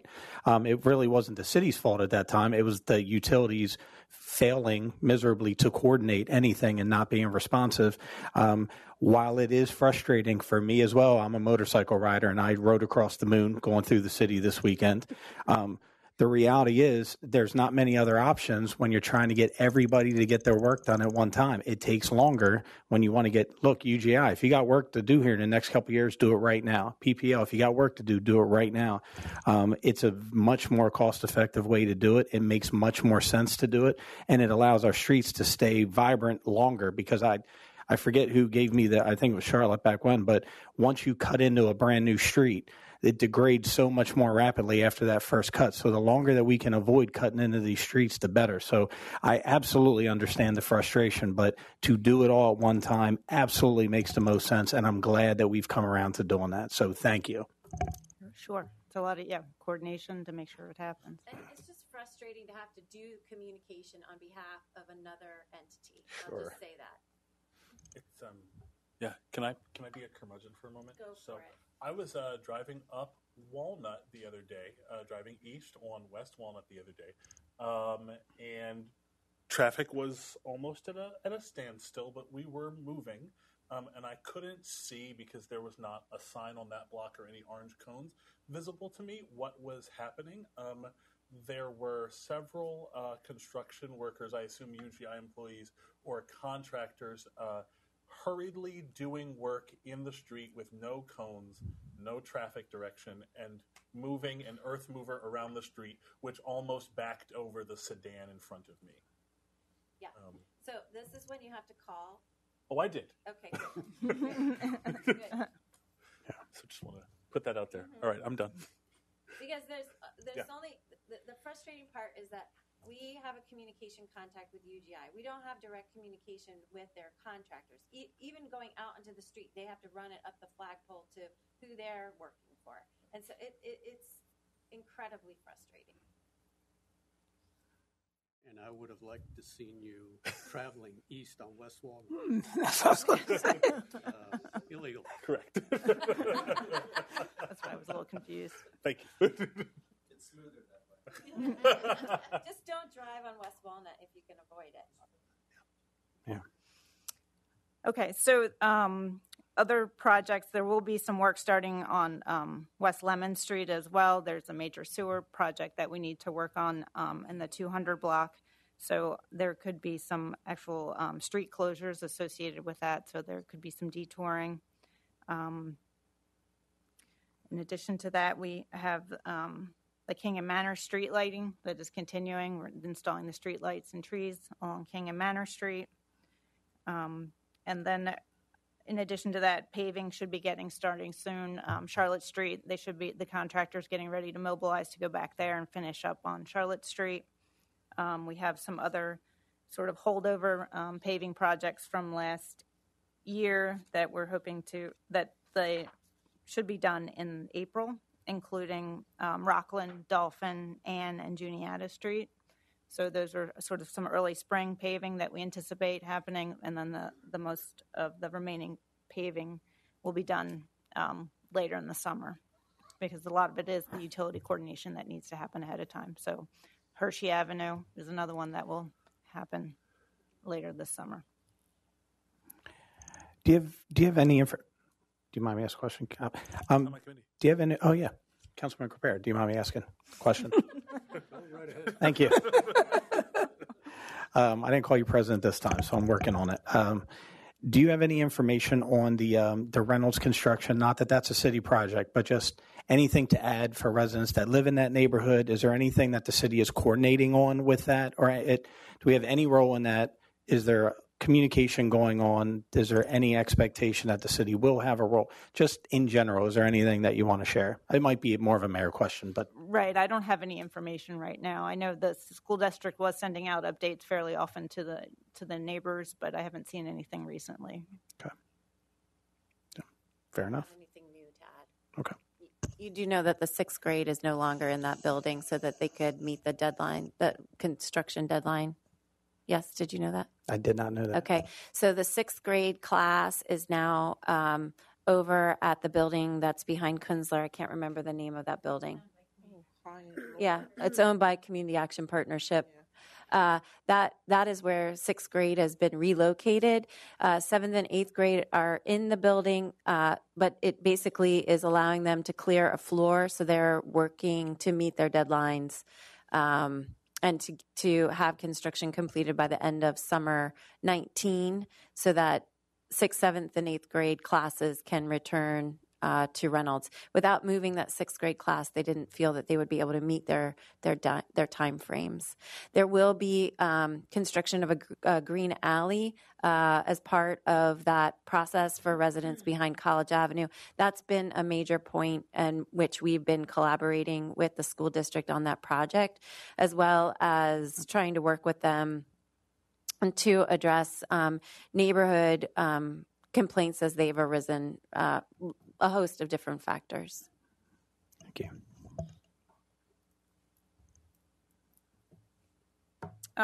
The only other projects I had to add were there will be some water main replacement starting probably in the coming week on East Chestnut Street between Franklin and Broad, and Reservoir Street between Chestnut and Walnut. And then Christian Street will also be some of the bike improvements that we were making in green infrastructure will start on Christian Street. I think it was beginning of May. And so those are the major project updates that I have right now. Any other questions? Thank you. Any questions from council, committee, from the public? Can I just say thank you for the update? I do appreciate it. I was one of the council members that requested it. I know it was short notice, but it's certainly helpful just because we have people asking us, as you know, just like they're asking you all the time. So it's helpful to just have a little bit of information to be able to share with people. The blacktop asphalt conversation is something that's very helpful to me because I can be like, it's coming, relax. They have to make it. So there you go. I'm good at all, but thank you. Sorry. All right. I want to break the streak.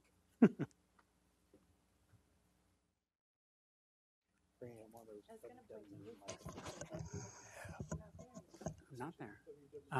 Adam Schott, 326 Lancaster Avenue. I've got to say that on the school board, we always thought that our meetings went later than your meetings, but you should get the word out about this one. Done well. So the update's helpful. I would just add sort of 3 suggestions from our block. The backdrop to all of this, we know our neighborhood's not unique, but it has been a really high volume period between the work on West Walnut, some of the residual issues from Reynolds, which I had a hand in that, and then the work on Charlotte Street to make it 2-way. So one is that, and the most important issue I think is a safety one. Encouraging UGI and any other entity that's doing work in the city to park their vehicles in a way that prioritizes community safety. We had huge vehicles on West Walnut Street parked right next to pedestrian crosswalks. You can't see kids walking to school up West Walnut. So when you've got a plow that's 7 or 8 feet across that's blocking the view, whether you're going east or west on West Walnut, it's a safety concern. Sorry. No, it's okay. It's okay. It's late. Two is that given the really high volume of construction in the neighborhood, folks are parking wherever they can park. And we've had some issues. We're a non-permit block. There are a lot of reasons for that. We've always felt that it was that it's exclusionary. But we've had lots of folks parking on our street who don't live on Lancaster Avenue. When car alarms go off, we've had car alarms not going off for an hour or 2 hours, but for the entirety of the evening. And so, and the police have been super responsive when folks call the non-emergency line. They've come out. They've said there's nothing that they can do. So there is, I think, some research that there are some long-term health impacts when kids are hearing a car alarm go off for 8 or 10 hours over the course of an evening. Can you elaborate? How many times is this? It's happened 3 or 4 times. And is it the same car or different? It's not. It's different cars.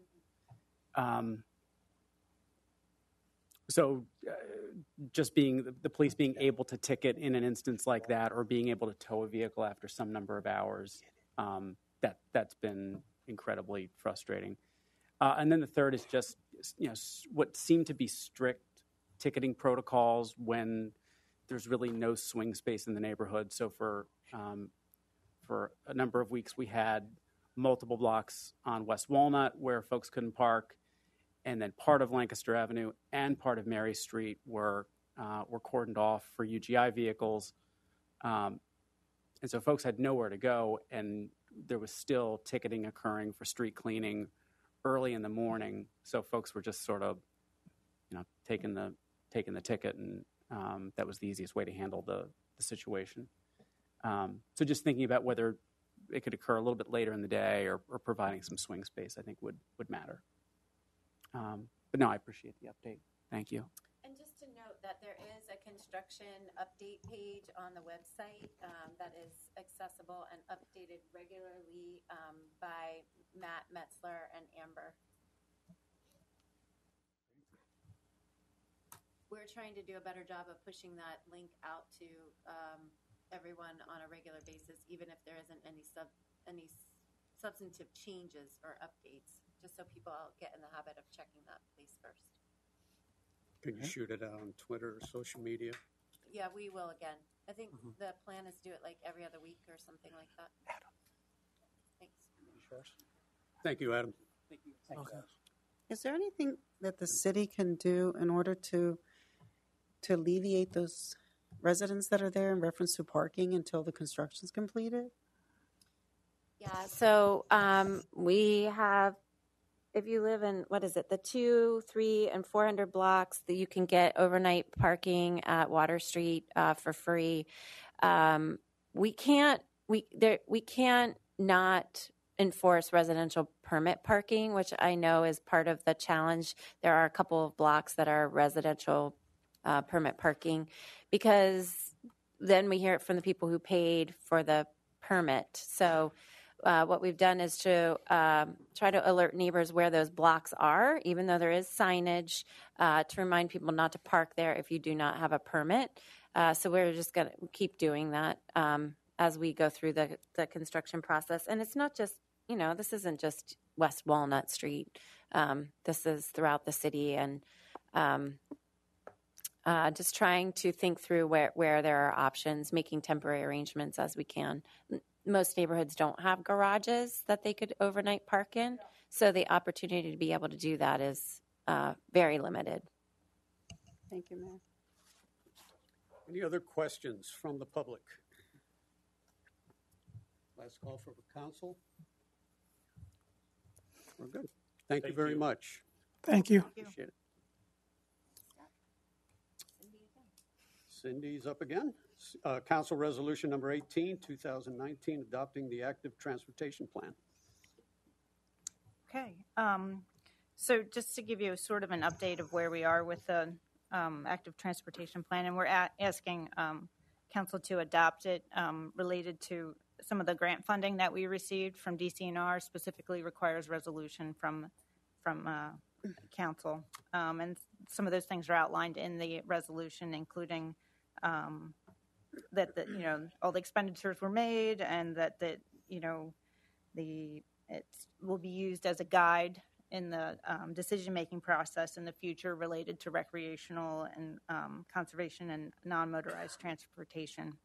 So we've had an open house back in March, and I know the mayor updated you on the plan, the draft plan that came out at the end of February, and everyone was provided with a copy as well. There was a public meeting open house on March 4th here, which I know some of you attended. That was well attended. And then there was also comments that were received up until March 22nd. So there were over 75 comments that were received related to the plan. And a lot of those were, positive feedback. And related to those comments, then the county is working on including them in the plan, just so it's clear what's been commented on, and also adding a few minor things to the plan related to those, including maintenance considerations, making sure that as these things are being designed, that maintenance is taken into consideration, and then also the Greater Lancaster Heritage Pathway. There were some cultural attractions and things to sort of highlight what the benefit of this trail could provide as far as providing connections to different attractions. Those were some of the major additions that are going to be added, and we anticipate that the plan will be updated. My understanding was by tomorrow they were hoping the updates would be done, but I would assume that sometime this week those updates would be finalized. So then we would be looking for council to adopt that finalized plan. The county is planning on adopting as well in their April 22nd meeting. That's great. Are there any specific questions? Questions from committee? Council at large? From the public? Mayor?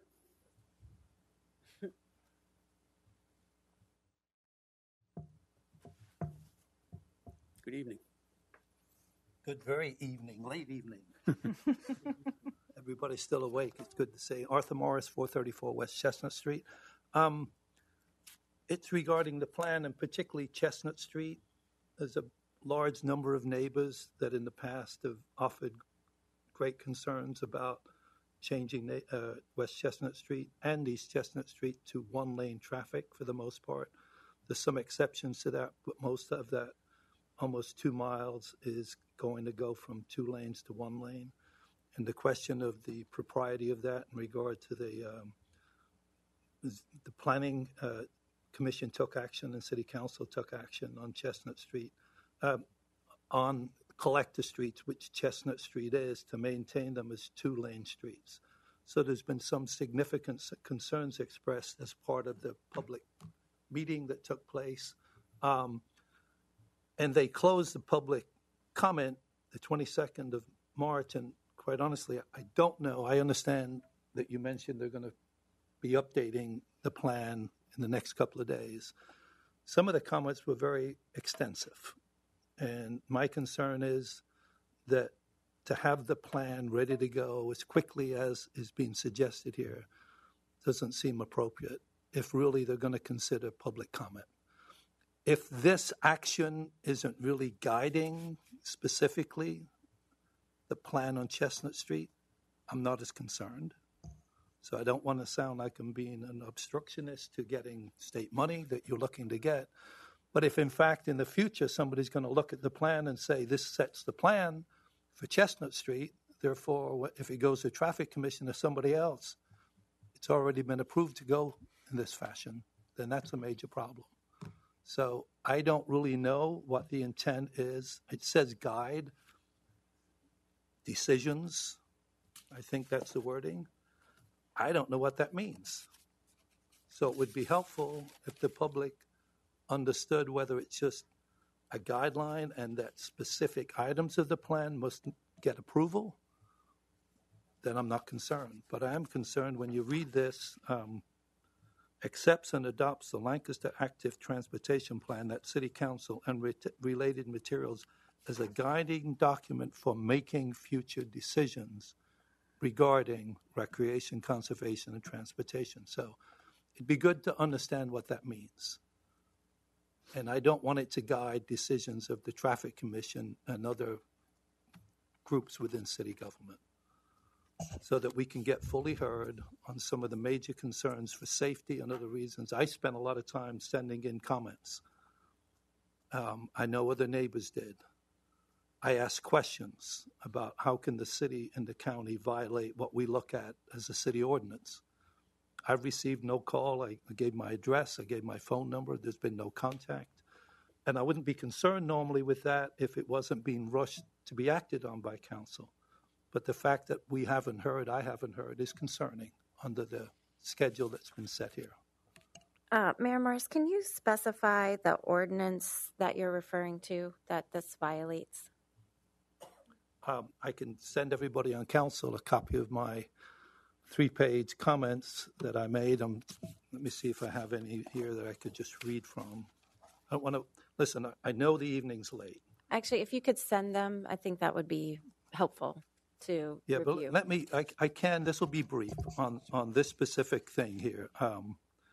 Collector streets. The city's subdivision and land development ordinance adopted November 24, 2015. Defines collector streets as streets which collect traffic from the minor street system. So they collect traffic from the minor, like Mary Street, like Pine Street, for distribution onto the arterial street system. Well, Chestnut Street goes all the way out to Route 30, 283. Collector streets also service vehicular traffic circulating within or between various urban neighborhoods. Well, I don't think anybody could argue that Chestnut Street doesn't do that. It then defines what a collector street is under the ordinance. The street should contain 2 10-foot travel and turn lanes, 2 8-foot parking lanes, 1 on each side. In this case, the parking lane is not going to be on the side of the street. It's going to be moved to the middle of the street. And 1 5-foot bike lane per direction of traffic. So in as much as you could do that, you do it. If you can't, then you put the bike lane in one of the traffic lanes. That wouldn't really be needed in many blocks if you would use this scheme, as is happening all over the city, where you put a bike lane right in the middle of a traffic lane where you can't put an individual bike lane. It just seems like Chestnut Street is being particularly signaled out over and above all the others. And the other thing is, really, just picture yourself. You've got a vehicle parked into the street, away from the curb. Behind it is a bikeway. Somebody coming south, for instance, on Pine Street, the city can't say they didn't know this if you approve this specific plan I'm talking about. You come down Pine Street to Chestnut Street, you see people not looking to the left whether there's any pedestrians. They take a quick look up the street to the right and then zoom across the street. Will you imagine how that's going to be when you have parking vehicles between the curb and the bike lane on the other side of the street? People are going to look up to the right. They're not going to see a person riding a bike behind a car or a van or a truck or whatever. And so it's just a matter of time before somebody is on Pine Street looking to the right quickly, zooming across the street, and here comes a bike from behind the vehicles. The city's told me that it's a 30-foot, they're going to be 30-foot no parking. Well, that's if it's enforced. But even if it is enforced, it's like that now, though. Somebody going 20, 25 mile an hour on a bike will travel 90 feet in 2+ seconds.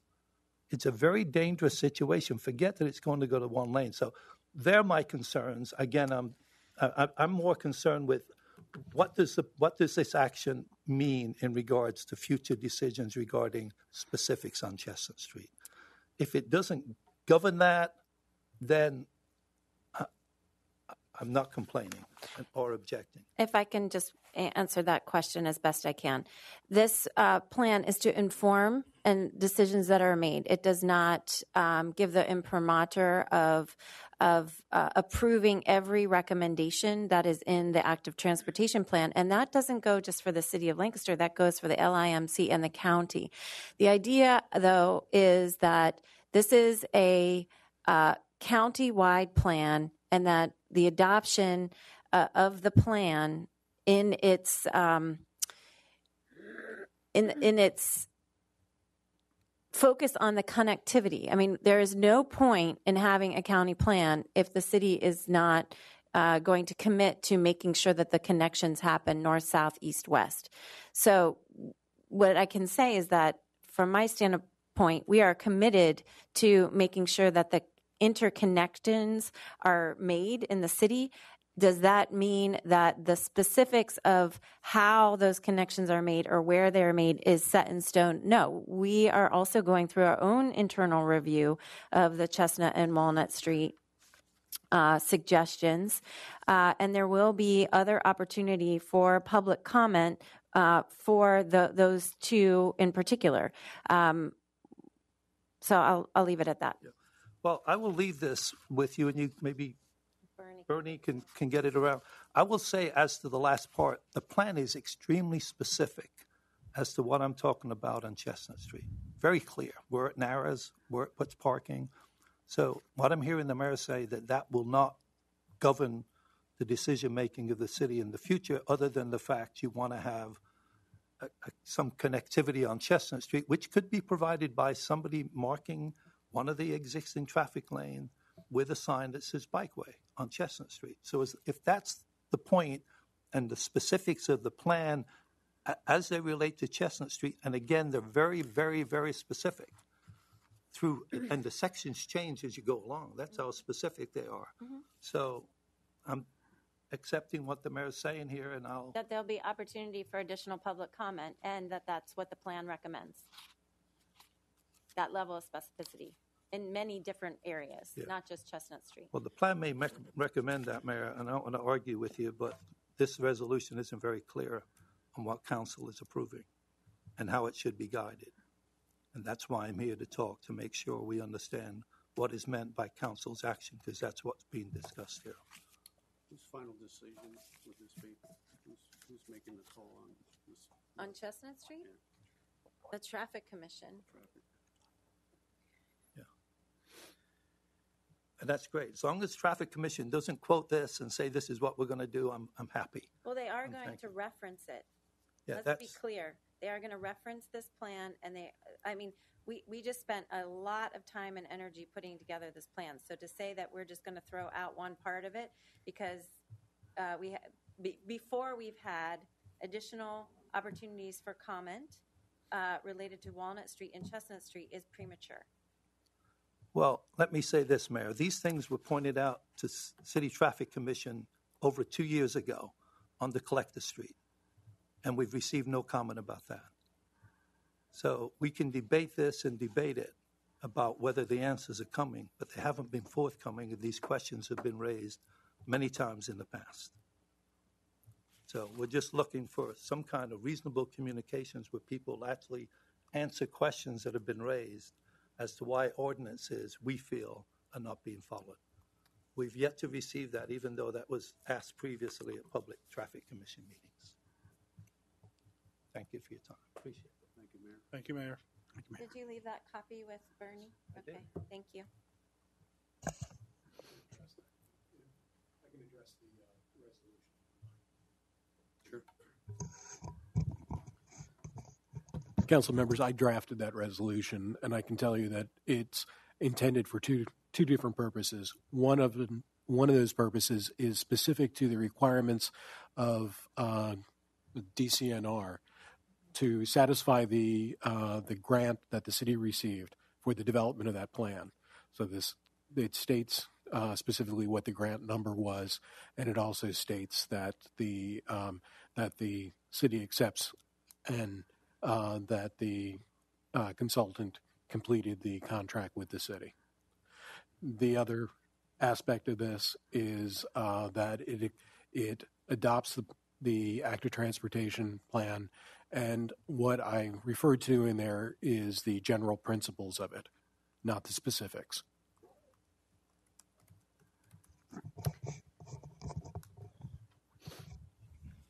Thank you, Bernie. Council comments? I have a question. Sure. So what you're saying is that we're basically adopting what the county is also following according to the state. Is that correct? This was This was a plan that was developed in conjunction with the county, the LIMC, and the city of Lancaster.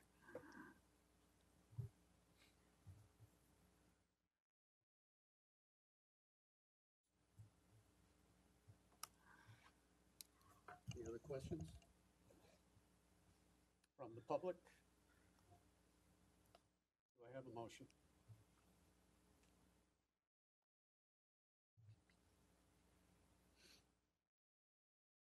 Motion to move it to full council on April 9th, 23rd, actually. 23rd? Yeah, they're asking for adoption on the 23rd. County adoption. Is there a second? Is there a second? Janice.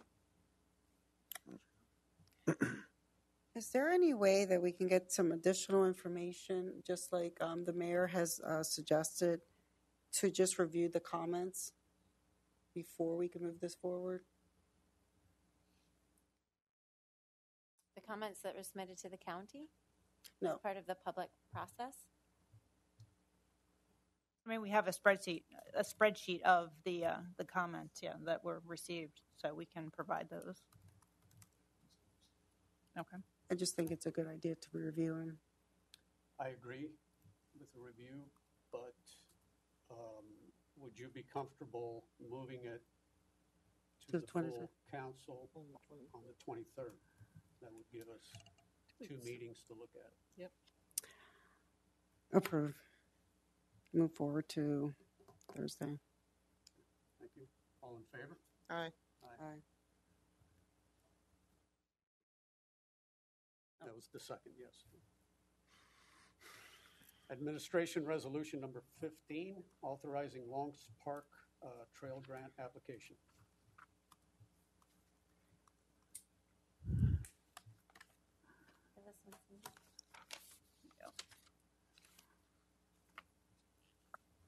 We are applying, I'd like to apply for a grant to add some, I don't know if most of you are aware of the wetlands that we are proposing in Longs Park related to improving water quality related to our MS4 requirements.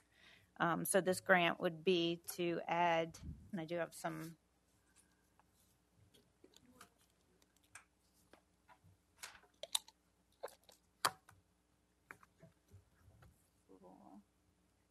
it would be adding some pedestrian boardwalks and educational signing and pedestrian bridge to the wetland area.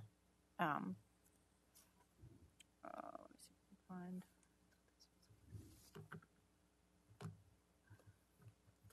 Could I have a copy of that so I could see it better? Sure.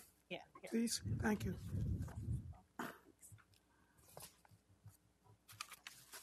Thank you.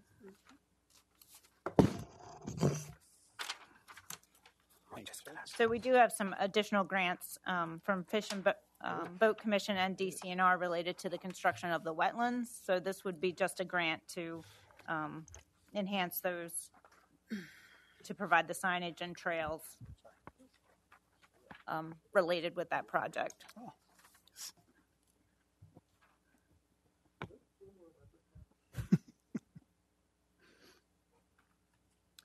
Is this trail confined to Longs Park, or is there a connector anywhere?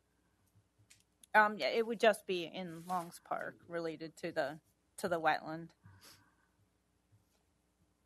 And as I look at this, can I say that down here to the clear areas where the pond is, the lake, or it would be, the lake would be below so the red building, it would sort of be below that and to the right a little bit.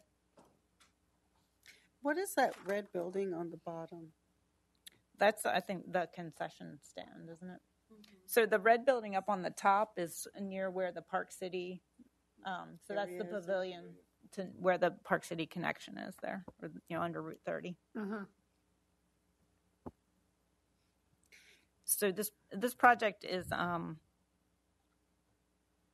so we're still coordinating with Donley, which is being acquired by another company. So that acquisition is anticipated to be complete later this summer, so into the fall. So hopefully we can finalize those plans to actually for the wetland construction. But in the meantime, we'd like to line up, additional grants to make sure it's a full project once we're ready to go. I have a question. In regards to, let's say, the overflow or possibly like flooding, would this benefit to help with that particular issues that come up every so often?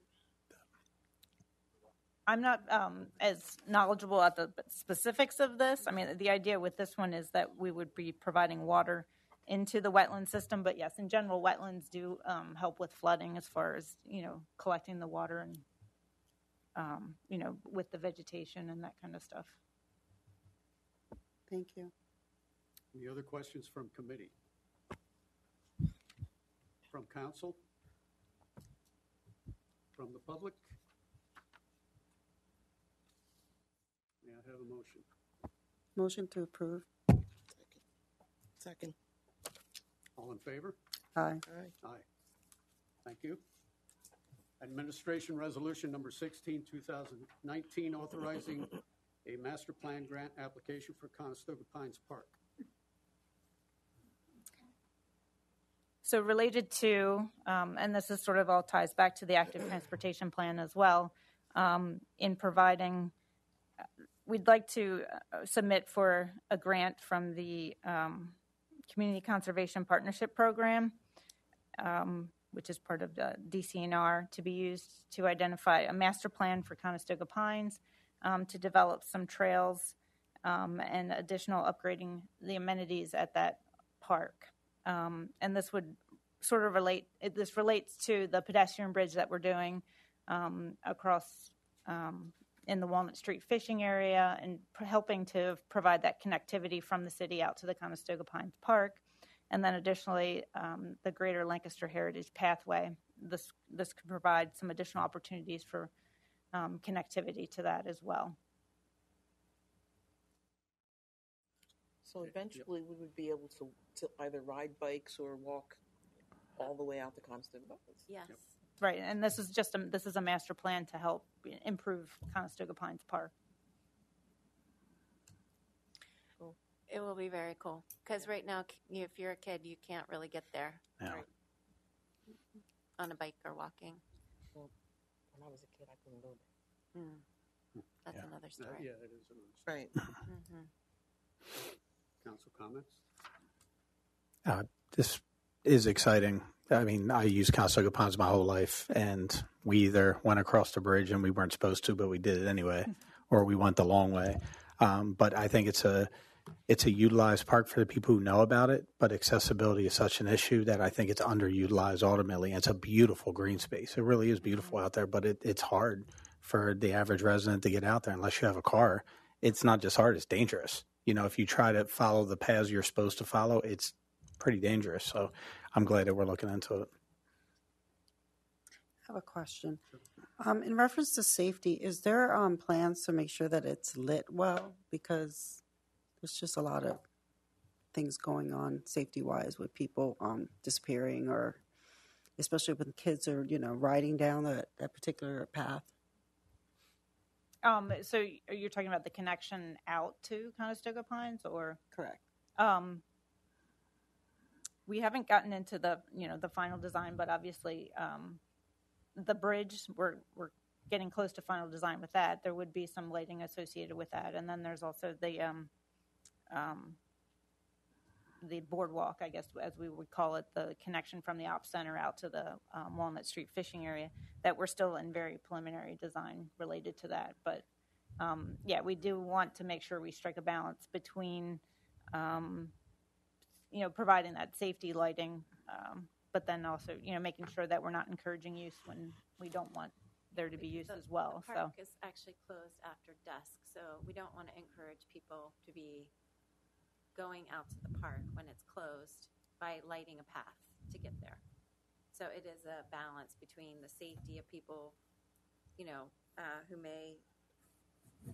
should not be riding their bikes in the dark to a park that's closed. And do you think we can have possibly cameras. I'm just concerned because there's a lot of things happening, and when it comes to rape issues or anything of that sort. So just making sure that everybody's safe, that's a major concern.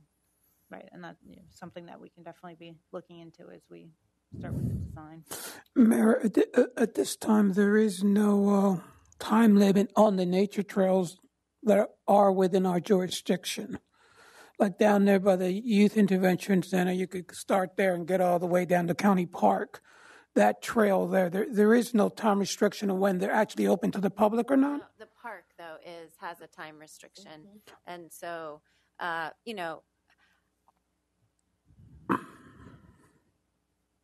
everybody needs to make decisions about their personal safety and as it relates to providing guidance to our children about where and when they should be in certain places. And so we can't manage that ourselves, but as it relates to the trail system that you're referring to, there aren't any time frames that you are allowed or not allowed to be on that property. But are there better times? Yes. Well, yeah, I understand. But that isn't also a place where we're having rampant crime issues Correct. either. I was just curious following her, Councilman Diaz's statements, because I do believe there is no time restrictions on nature trails that I'm aware of any place in the county. I don't think so. I think you're right. But in the city, our city parks close at dusk. Right. Cindy, are there renderings of the proposed trails that we can access? No, this is to do that. We do have. So we sort of know. Right. The sewer line. Right, exactly. We have a sewer line replacement that we're doing that. That was a connection between the bridge to Conestoga Pines. So we do have a plan of that. If you would like to see that, I don't know if you can post that on the website or is it too early? I think it was very rough related to the bridge. It showed the alignment That's all right. of the trail. Wait for the it's coming. It's coming. Any other comments from the public? May I have a motion? Motion to approve. Second. All in favor? Aye. Aye. Thank you. And that concludes Public Works Committee. Thank you. Well, Thanks, Cindy. Thanks, Cindy. thank you, Cindy. We will move right into Economic Development and Neighborhood Revitalization Committee with Councilwoman Craig. Yay, we have one little teeny tiny issue to take care of here today. We're going to talk about amending Chapter 240 of the restaurant inspections. I don't know how passionate Randy is about restaurant inspections, so. We do know. Microbreweries. Councilman Craig, microphone if you get a chance. Sorry. No, it's okay. Good evening. Thank you, Randy. So this is an amendment. Our current code under restaurants requires the city to inspect restaurants once every 6 months. The state requirement is once every 12 months, unless there's a complaint filed by someone. Just because of the number of restaurant facilities we have in the city, the number of grocery stores, the number of businesses providing food, we have 2 inspectors. It is a challenge to get through all of our restaurants and other food-related facilities twice a year, particularly with special events that occur over the summer, spring, summer, and fall, as well as complaints that are received. And remembering that our health inspectors are also dealing with other issues, insect-related, West Nile virus, tires, bed bugs, and the list goes on. So we're trying to find a way to be responsible and yet reduce the required number of inspections. So in a conversation with the state is also aware that we're looking at this, of moving to basically their requirement. The second part of the amendment then establishes criteria that the health officers can use to do more frequent inspections over the course of a 12-month period, if in fact necessary. So it adds one definition, which is defining hazard, and then establishes that criteria that health officers may use at their discretion to do more than one inspection. So if a restaurant or an establishment was found in violation, then the health officer would go ahead and quite possibly schedule. Inspections be scheduled after a violation? So initial inspections by health officers are done unannounced for reasons that you don't want someone to not do their normal practices because they know a health officer is coming. So the initial inspections are unannounced. The re-inspections are often announced. So the issue here is if we have a facility that after multiple inspections continues to fail those inspections, actions go to the Board of Health in terms of suspending a license or the worst case scenario of rescinding a license. If we continue to have multiple occasions with a restaurant, that's where the health officer would do another inspection maybe 6 months out as opposed to once every 12 months. Does that answer your question? Yes. I'm good. Any questions from council? I have one. So when it talks about the lapse of time after one violation, is it usually 6 months, or is there a certain type of criteria for when they would go back again? Yeah, so no, most violations need to be corrected within a specific period of time, sometimes within days, sometimes within weeks, depends on the severity of the violation. So you can read some things that are temperature related and other things that a screen door needs to be fixed. So there are, just like our housing inspectors have prescribed times in which to address the issues, restaurants are the same as our small grocery stores. So it's not 6 months to correct that. The issues get corrected immediately. But if we have, every time we're out, we continue to see violations, that's a restaurant we may want to begin hitting again once every 6 months until we're comfortable that they understand what their requirements are. I would imagine the situation would have to be pretty dire for an inspection, a health officer to terminate somebody's license immediately. Maybe not terminate, but. So we have suspended licenses due to conditions within a restaurant or their kitchen or their storage facility. The suspension requires an immediate addressing of those issues, and the health officer has the wherewithal to then reinstate the license. If it gets to the point of rescission, only the Board of Health can rescind a license at the recommendation of a health officer. In my 13 years, we've only done that once. Thank you. Any further questions from the committee? From the public? Can I get a motion? Motion to approve. Second. Thank you. Thank you.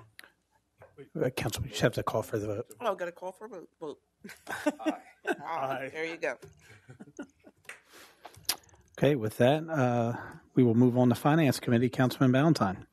Thank you, Mr. President. Finance has just a few things on the agenda tonight, starting with Administration Resolution Number 12, authorizing disposal of obsolete items, which includes records,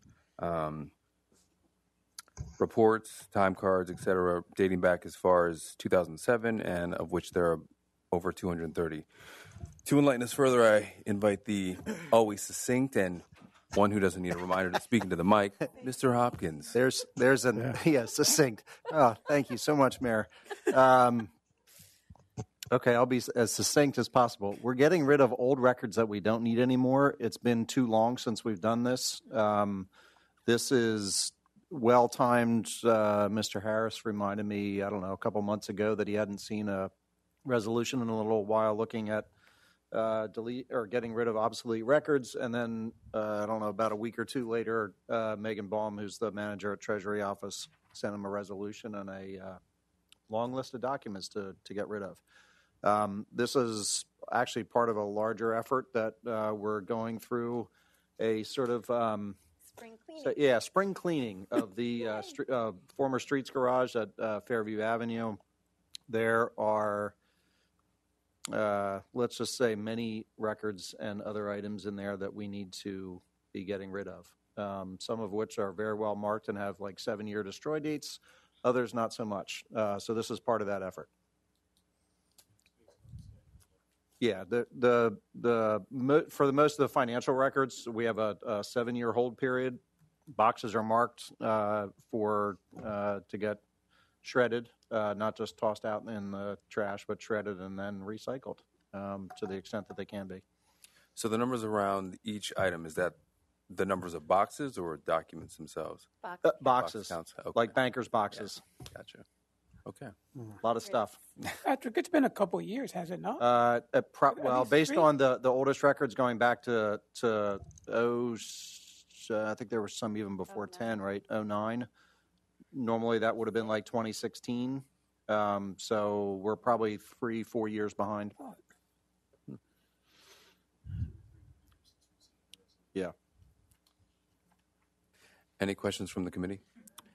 If we want to sign up for that, will you shred each individually and just sit there all day? Yes, just feed a we'll shredder. have I somebody- would pay to see that. We pay for Shred It does it at Police Bureau. There's other companies that do it. They come in with these big, gigantic industrial deals. And, Just like at the hospital. Yeah, Very Definitely. and they're there every other day. I know. I need one to come to my house. Any questions from the council as whole, at large? The public? All right. With that, I make a motion to move it to full council. Second. All in favor? Aye. Great. Bernie, can I? Moving along to Administration Resolution Number 13, amending the 2018 capital project list. Each of us have a handout. There are only 4 line items, and so I turn it back over to Patrick. Okay. Agenda. I hope this is somewhat readable on the screen for those members of the public who have been able to stick it out. I'll try to run down this fairly quickly. As you know, when we adopt the bond issues, you adopt a project list along with that, and those project lists include budgets for each of the individual projects and a description there. The timing of these amendments is really driven by 2 things. One is in about mid-March, we got the bids for the redundant main, the large diameter main that will run from Oyster Point Reservoir into the city. This is a hugely significant project in terms of the overall scope of our city water system. And then the second thing is the successful negotiation of the South Tank site easement on the school district property on Millersville Pike. So those 2 things have sort of driven this. So in walking down through the amendments, the first one is to combine what had been project number 6 and number 7. We had the large diameter main project originally broken up into a phase 1A and a phase 1B. When that project was bid out, rather than bidding it out as 2 separate projects, it was bid out as one project. We've gotten the bids back. We haven't awarded bids yet, but I will say that we had there was a lot of competition, and the bids came back better than we had anticipated. So the other part of this amendment is, while we're combining Project 6 and 7 and putting them into Project 6, we're also reducing the total budget for those 2 pieces, what had been 6 and 7, from $34 million down to $30 million. And that $30 million includes not just the construction of the main, but also we hire Arrow as our resident project engineer, so they're basically on site all the time doing inspection of the construction. There's still additional engineering work to do. Black and Veatch, who's one of our other consulting engineers and was created the original or wrote the original plan that this large diameter main was in, will also be doing additional work. And then the other more significant piece is actually a 20% contingency. Normally, on a construction project, we'll put in 10% for contingency. The reason this one is higher is because the two biggest costs in this whole thing, other than the labor of the construction work, is the steel that goes into the pipe and petroleum product that goes into the asphalt. There's a lot of, there's a lot of paving with this project, right? We're going to be this main runs along a lot of roadways, so there's a lot of repaving that has to be done. Those two things make the contingency much more sensitive to price fluctuations. The contractor isn't going to go out and buy, all of the steel for the entire thing, because this is like a 2-year plus project. So for that reason, we build in a 20% contingency, which is almost $5 million.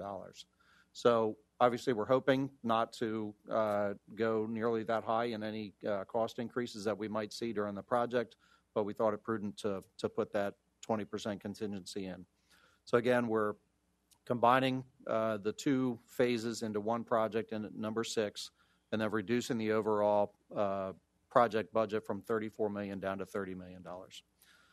The second project, which is number 8, is the construction of the south tank on Millersville Pike on the land that we've now negotiated the easement with the school district on.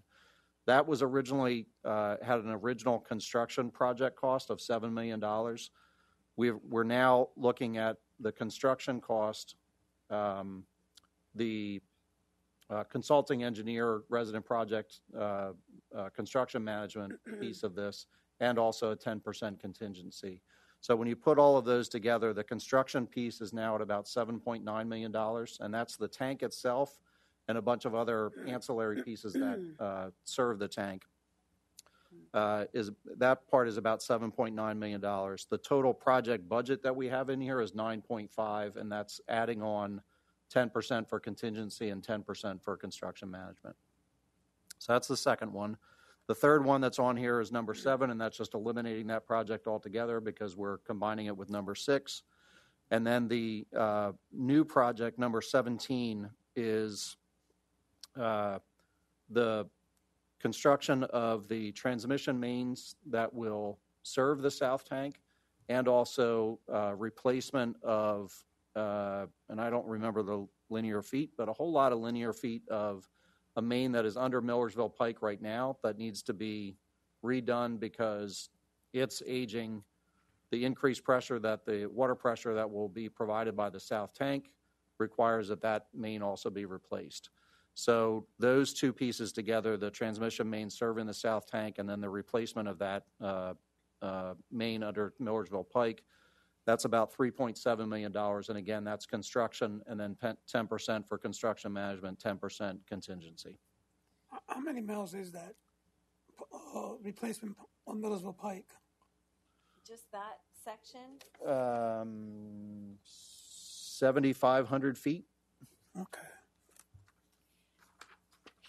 One of the things with this project as it relates to the bond, and for council members who've been doing this a while, we don't make a lot of amendments to our capital bond, but we also don't have a lot of projects that are this big. And so the way that this has gotten, as we've gotten closer to going, actually doing the bid for the redundant line and going to bid for these other projects, the whole scope has gotten clearer. There aren't, in terms of dollars, there aren't big shifts in the dollar amounts. I mean, we saved $4 million. We're adding $4 million in terms of the project. But the way that it was bundled in terms of the estimate has gotten clearer. And so this is a way for us to be more clear about the total costs. And we're also, as it relates to each specific thing, rather than one big line item or two big line items. and the other thing I'd add there is that, especially for the new project, number 17, we're also trying to set projects up as we would bid them. Yeah. So the project number 6 now, as I said, that was bid as one project. So it makes sense to put it into,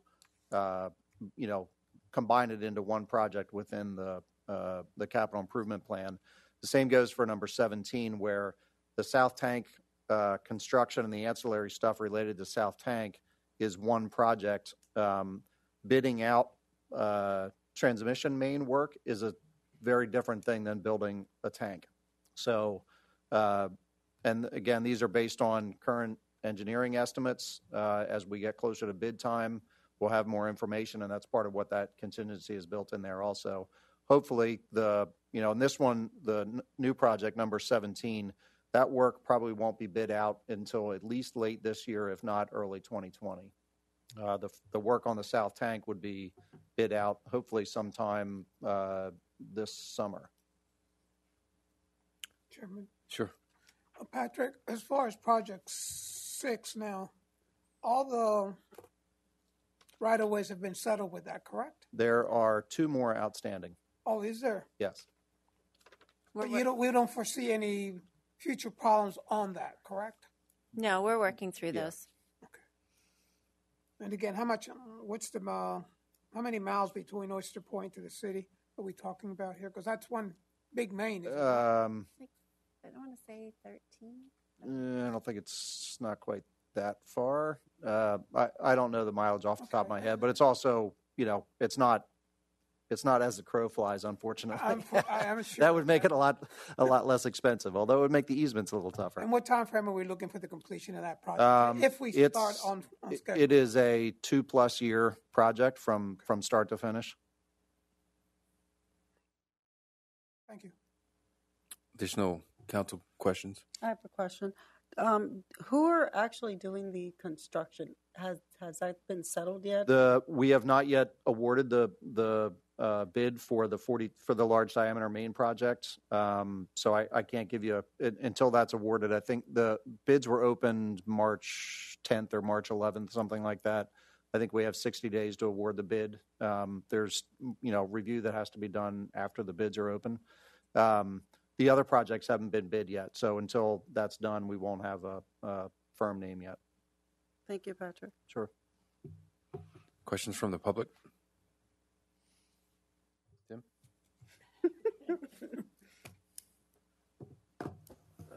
Welcome back to the table. Oh. You'll put your eye out. Well, don't do that.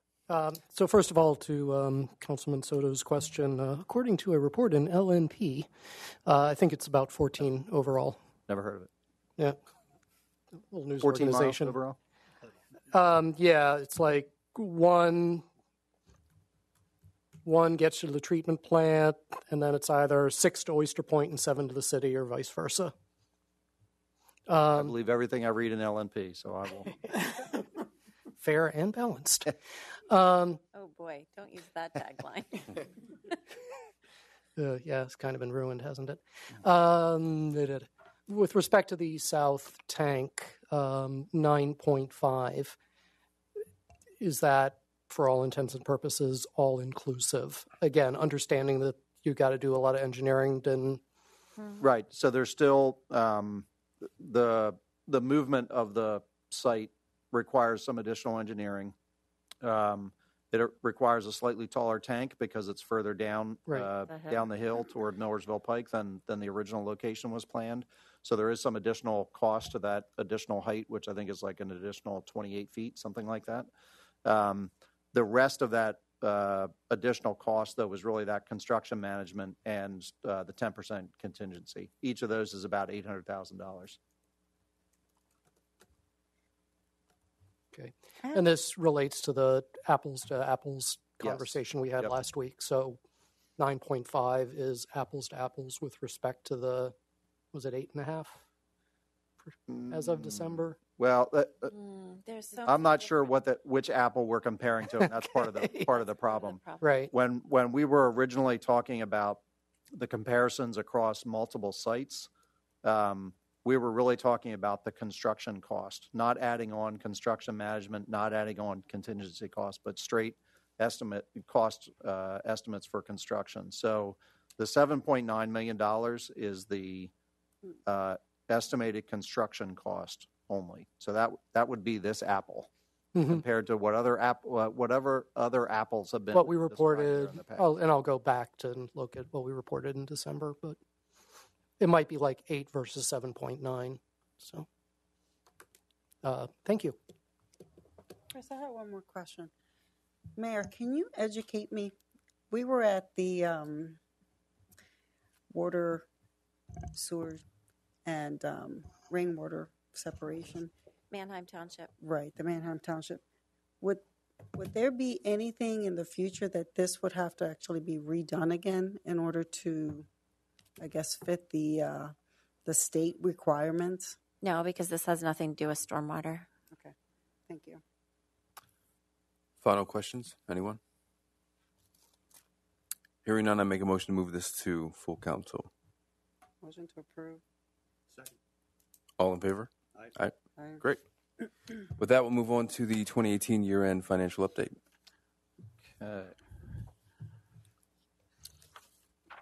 This is where you prove if you're truly succinct, Patrick. So Yes. This is your chance. So I will Good news. also try to keep this succinct, but there's good news, and I hate having to deliver good news at 8:45 after 2 hours and 45 minutes. But this is good news. So, and there are only 6 slides in this, and one of them is the title slide. So,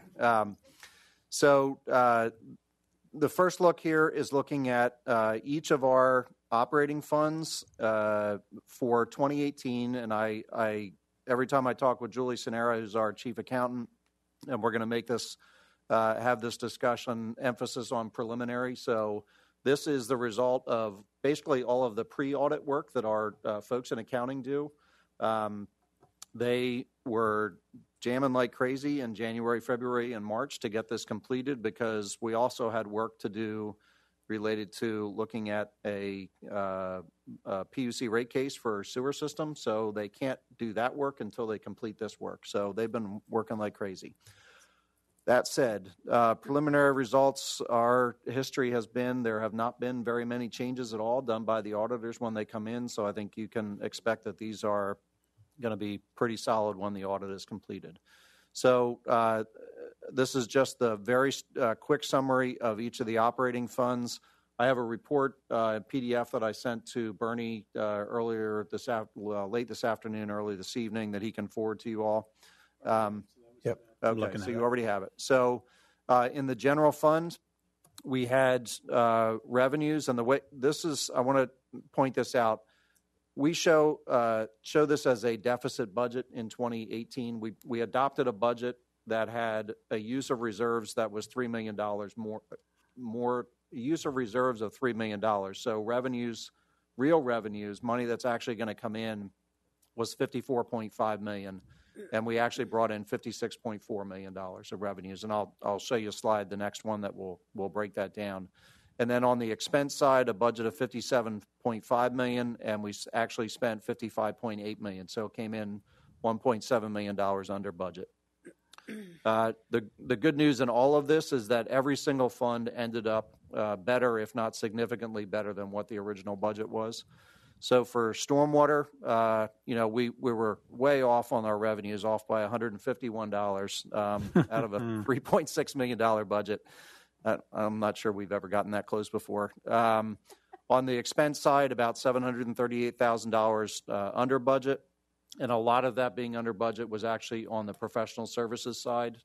We did not spend as much as we anticipated in 2018 for some of the reports that are required under the consent decree. We have a larger budget in 2019 for expenses there, but we also have a capital project for some of that work. So we might not have as much in the operating.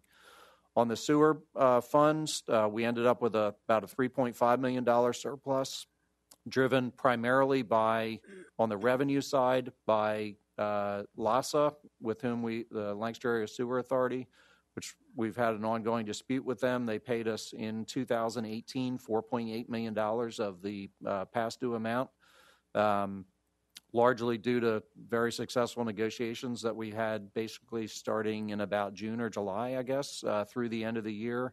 The mayor was involved in, and we just had I'd say a very nice change in tone in those negotiations, and that resulted in they haven't paid everything, but $4.8 million is a large amount to get paid back. How much is outstanding then, Patrick? I'm not sure off the top of my head. I'd say it's over 80% paid back what was originally outstanding. It gets tricky at year end because I'll just leave it at that. It gets tricky at year end for what's reconciliation billing. But and then on the expenditure side, just cost savings throughout the budget. We came in $1.2 million under budget on expenses there. In the water fund, again, our revenues were almost dead on, $400,000 off out of a $28 million budget. On the expense side, we saw, again, cost savings throughout the budget, saved about $2.1 million. And then in solid waste and recycling, we actually had a deficit budget of $175,000, and we came in at about $127,000 deficit. So in that case, both revenues and expenditures were a little under. On the revenue side of things, with the change in recycling grant is down, and I'd expect that that's unfortunately probably going to continue because that's based on tonnage that's recycled. And the recycling rule changes are going to reduce our recycling and probably also, and we budgeted this, to bump up our tipping fees because more is going into the waste stream. So some specifics on the budget, on the general fund, how we came in both over budget on revenues and under budget on expenses. Park City sold. In November, in mid to late December, we got a nice windfall from real estate transfer taxes of about $988,000 or $913,000. I can tell you that the last time Park City sold, we did not get a dime out of a real estate transfer tax. And that was 20-some years ago. But the sale of Park City, they paid the real estate transfer taxes, total of about $2 million. We get about half of that. Building permits were up pretty significantly, $172,000 over budget. And then parking violations, this is budget to actual, we're up about $560,000. The total number of parking tickets was actually down by 5,000. Meter violations went down by 6,000, and street cleaning violations went up. And then there were some change. Those are the two largest violations written. And then the other piece of the revenue, and so meter violation is a $20 ticket. Street cleaning is a $25 ticket, so that accounted for some of the change, budget versus actual. The other thing was that during 2017, LPA did not collect for about a half a year, did not collect fines that went to the MDJ offices because they were uncollectible for a whole variety of reasons that Mr. Stuhldreher has reported on in the past. So 2018 was the first full year of that, so we now have a better understanding of what that will look like. I'll just say it again that the street cleaning violations going up is probably one of the most frustrating things out there because we need people to move their cars so that we can clean the streets. And clearly the consistent enforcement and the increase in the fine has not made a difference. We have another idea about how to do that. Push notifications. We'll talk about that later. Yep. Nice. And then on the expense side, the police bureau budget in total was under budget by $850,000, and that came mostly from vacancies that we've had. And Chief Berkeyheiser at the last council meeting talked a little bit about that, some of the struggles that we've had with filling police positions.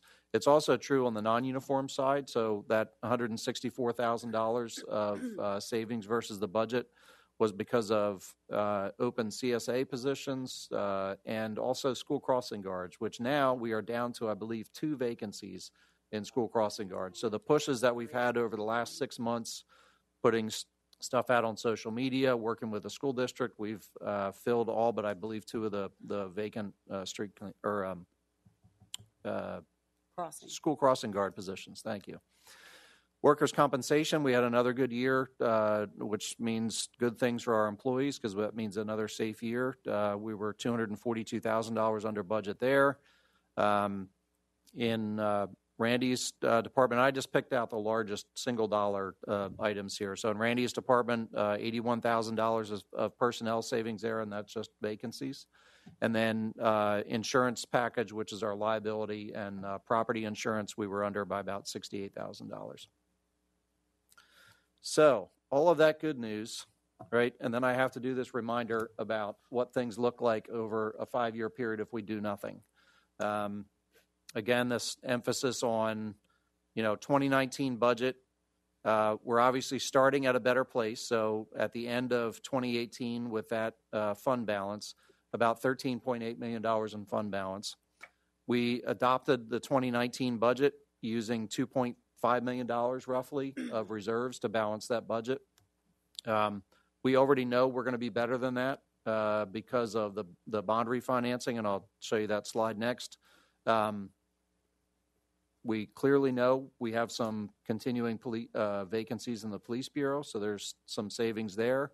We have some vacancies in the fire bureau, and there'll be some savings there. So, this is always the budget is always sort of the worst case scenario, but again, you go out over those next 4 years based on just basic cost increases that we see year in and year out for salaries and benefits and things like that, and assuming no changes in real estate taxes, we push the red out, total red out until 2022. But I just think that every time we have a discussion about the good things that are happening, especially in the general fund, we have to have this reminder of the 5 years.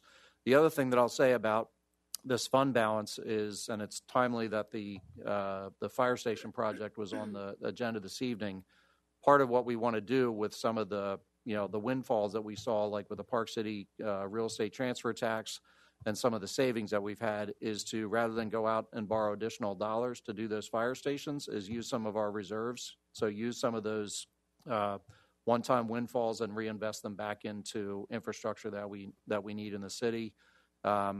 We still have a RACP, RCAP, whichever way you want to call it, grant outstanding, request outstanding. We will, if we receive that, we're hopefully can do the other piece, the city match of that, the other 50%, using dollars that we have in hand or other savings that we're going to see down the line. If not, then we'd have to look at a borrowing. So, the benefit of having a year like we had in 2018 versus what we had in the originally budgeted is that we get to spend some of that extra money on projects that are really needed.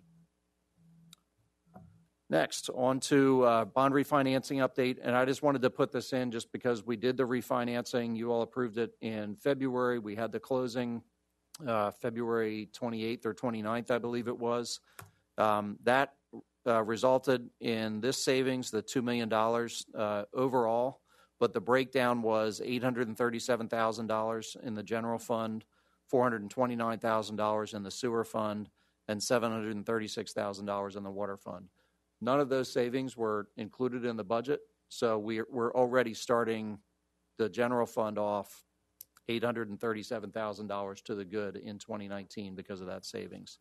And then overall, just wanted to point out that, with those 5 bond refinancings that we've done since 2010, the total savings is about $12.8 million across all 3 funds, with the largest piece being in the water fund, and that's mostly related to the 2007 the refinancing of the 2007 bonds, because we saved about $7.5 million of that 8.3 was from that one refinancing. Which paid for our new water treatment plant,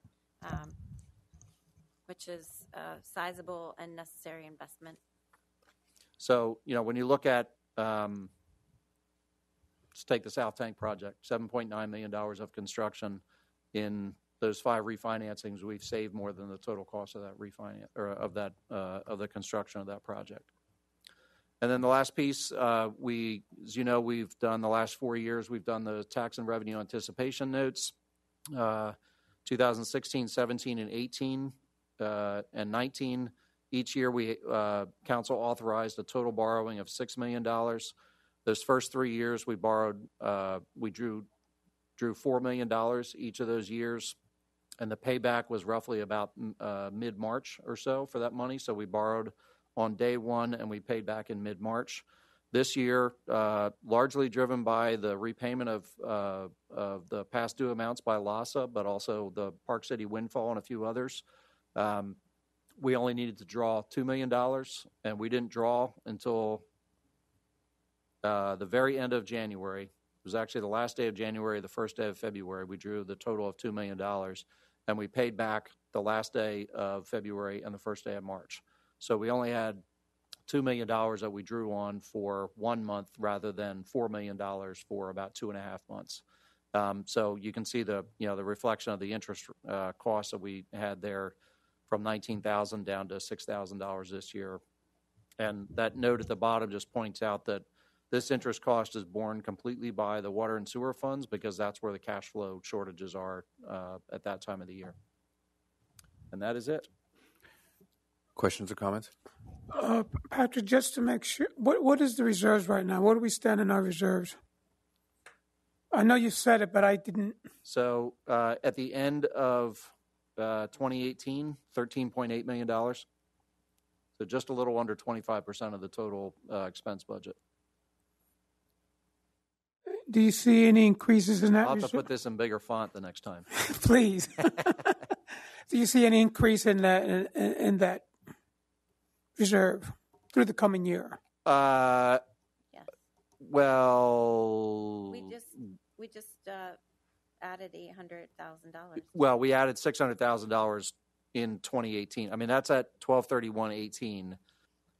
I would love to see us completely wipe out this use of reserves, this $2.4 million in 2019. That's a stretch.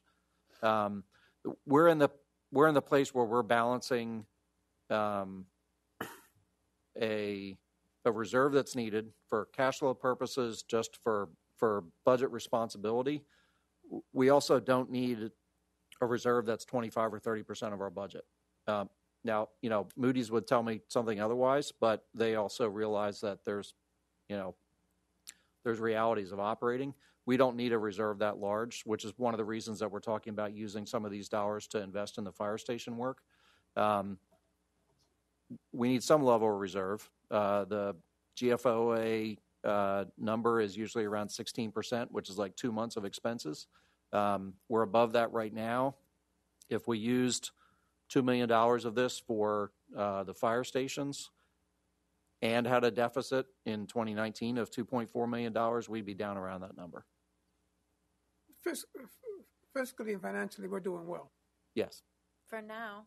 For now, yeah. And that's why I always want to emphasize this 5-year look, because it's always for now. And if we don't look out those extra couple of years and see what's coming down the pike in terms of additional costs and where the revenues are going to come from to cover those costs, then we're doing ourselves a disservice. Thank you, Patrick. Sure. Please. Question, Chris. In regards to the stormwater that Park City had, did you collect anything from them at all? No. Thanks. And I think the mayor made a good point. We were up in Harrisburg today, rather bluntly, and I appreciated that, of saying people look at Lancaster as a place that tries to manage its finances relatively well and make tough decisions. And with all the work that we're doing, when you look 3 years out, we're going to hit the same iceberg as everybody else unless we get some tools to be able to use, because we're not always going to have refinance windfalls. We're not always going to get payments from people, and the economy is not always going to be robust. So this is the time more than ever to get those tools rolling so that when the bad time comes, we have them to use. But it just, I mean, we have pulled. One-time windfalls are great. Yes.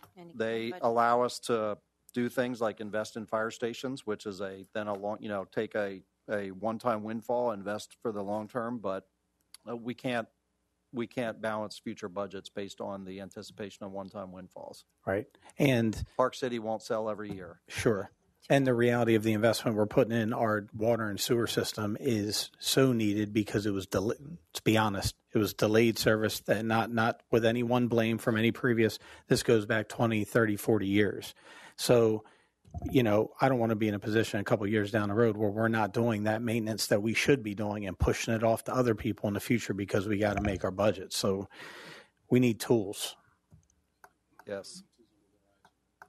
The next refinancing possibility is with 2011. So we're looking at like 2020 into 2021.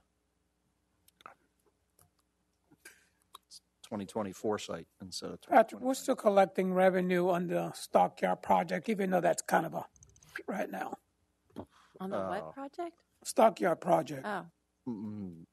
We're not collecting a dime. Well, They pay no, property they taxes. pay property taxes based on Assessed current value. assessment. What that current assessment is right now, I have no idea off the top of my head. Because I think that's been stalled, for over a year and a half now, and nothing moving forward for the foreseeable future, correct? I can ask Randy about an update on that. Thank you, Mayor.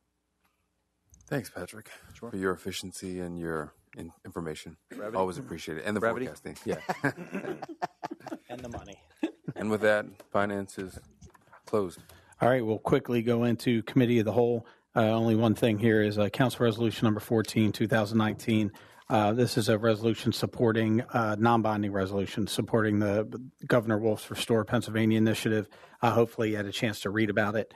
If you haven't, you should read more about it. Again, when we were up in Harrisburg today, we had the pleasure of having the governor himself show up and put in a plug for about 20 minutes of the initiative. And just some of the highlights that are included. It's a major infrastructure package, and it's something that we should have been talking about for a long, long time. I get the sense that the package itself will probably get a lot of bipartisan support. They're going to look to fund it with a severance tax that'll be mainly paid, 80% or more paid from outside users. So that may be palatable. So I think it has a real chance. But some of the things it's going to look to do, expand efforts to be able to give the local municipalities to combat lead issues, funding to help towards blighted buildings, expanded severe weather damage help for communities, so communities that are devastated having that money to come to, and also flexible funding options for business infrastructure upgrades. So the opportunity for us to be able to really look at our infrastructure in a new way and maybe actually have some funding as opposed to being told we need to fix it and can't do it. So I think it's very, very bold of the governor. I think it's a perfect thing to do coming into your second term, and hopefully council members are supportive because I think he's right on the right track with it. So if I could get a motion to move it to full council. Second. Motion and a second. Any other council comments from the hardy public that remains? Yo. Yo. All right. All in favor? Aye. All right. We'll move to full council. And clerk's report, Bernie, anything to add to the show? You want me to go through this, or are you good with the fact that I submitted this in writing? I believe you submitted it in writing, and if it's okay with other council members, I think we're just going to go with that. Not that we're minimizing, but you've had a long day as well. Yep. Suffice to say, I did stuff last month. Yes, you did. You did stuff. Thank you, Bernie, for the stuff that you do. With that, I'll have a motion to adjourn. I don't know. This is the way. All in favor? Aye. We are adjourned. Thank you, I'm everybody. afraid to make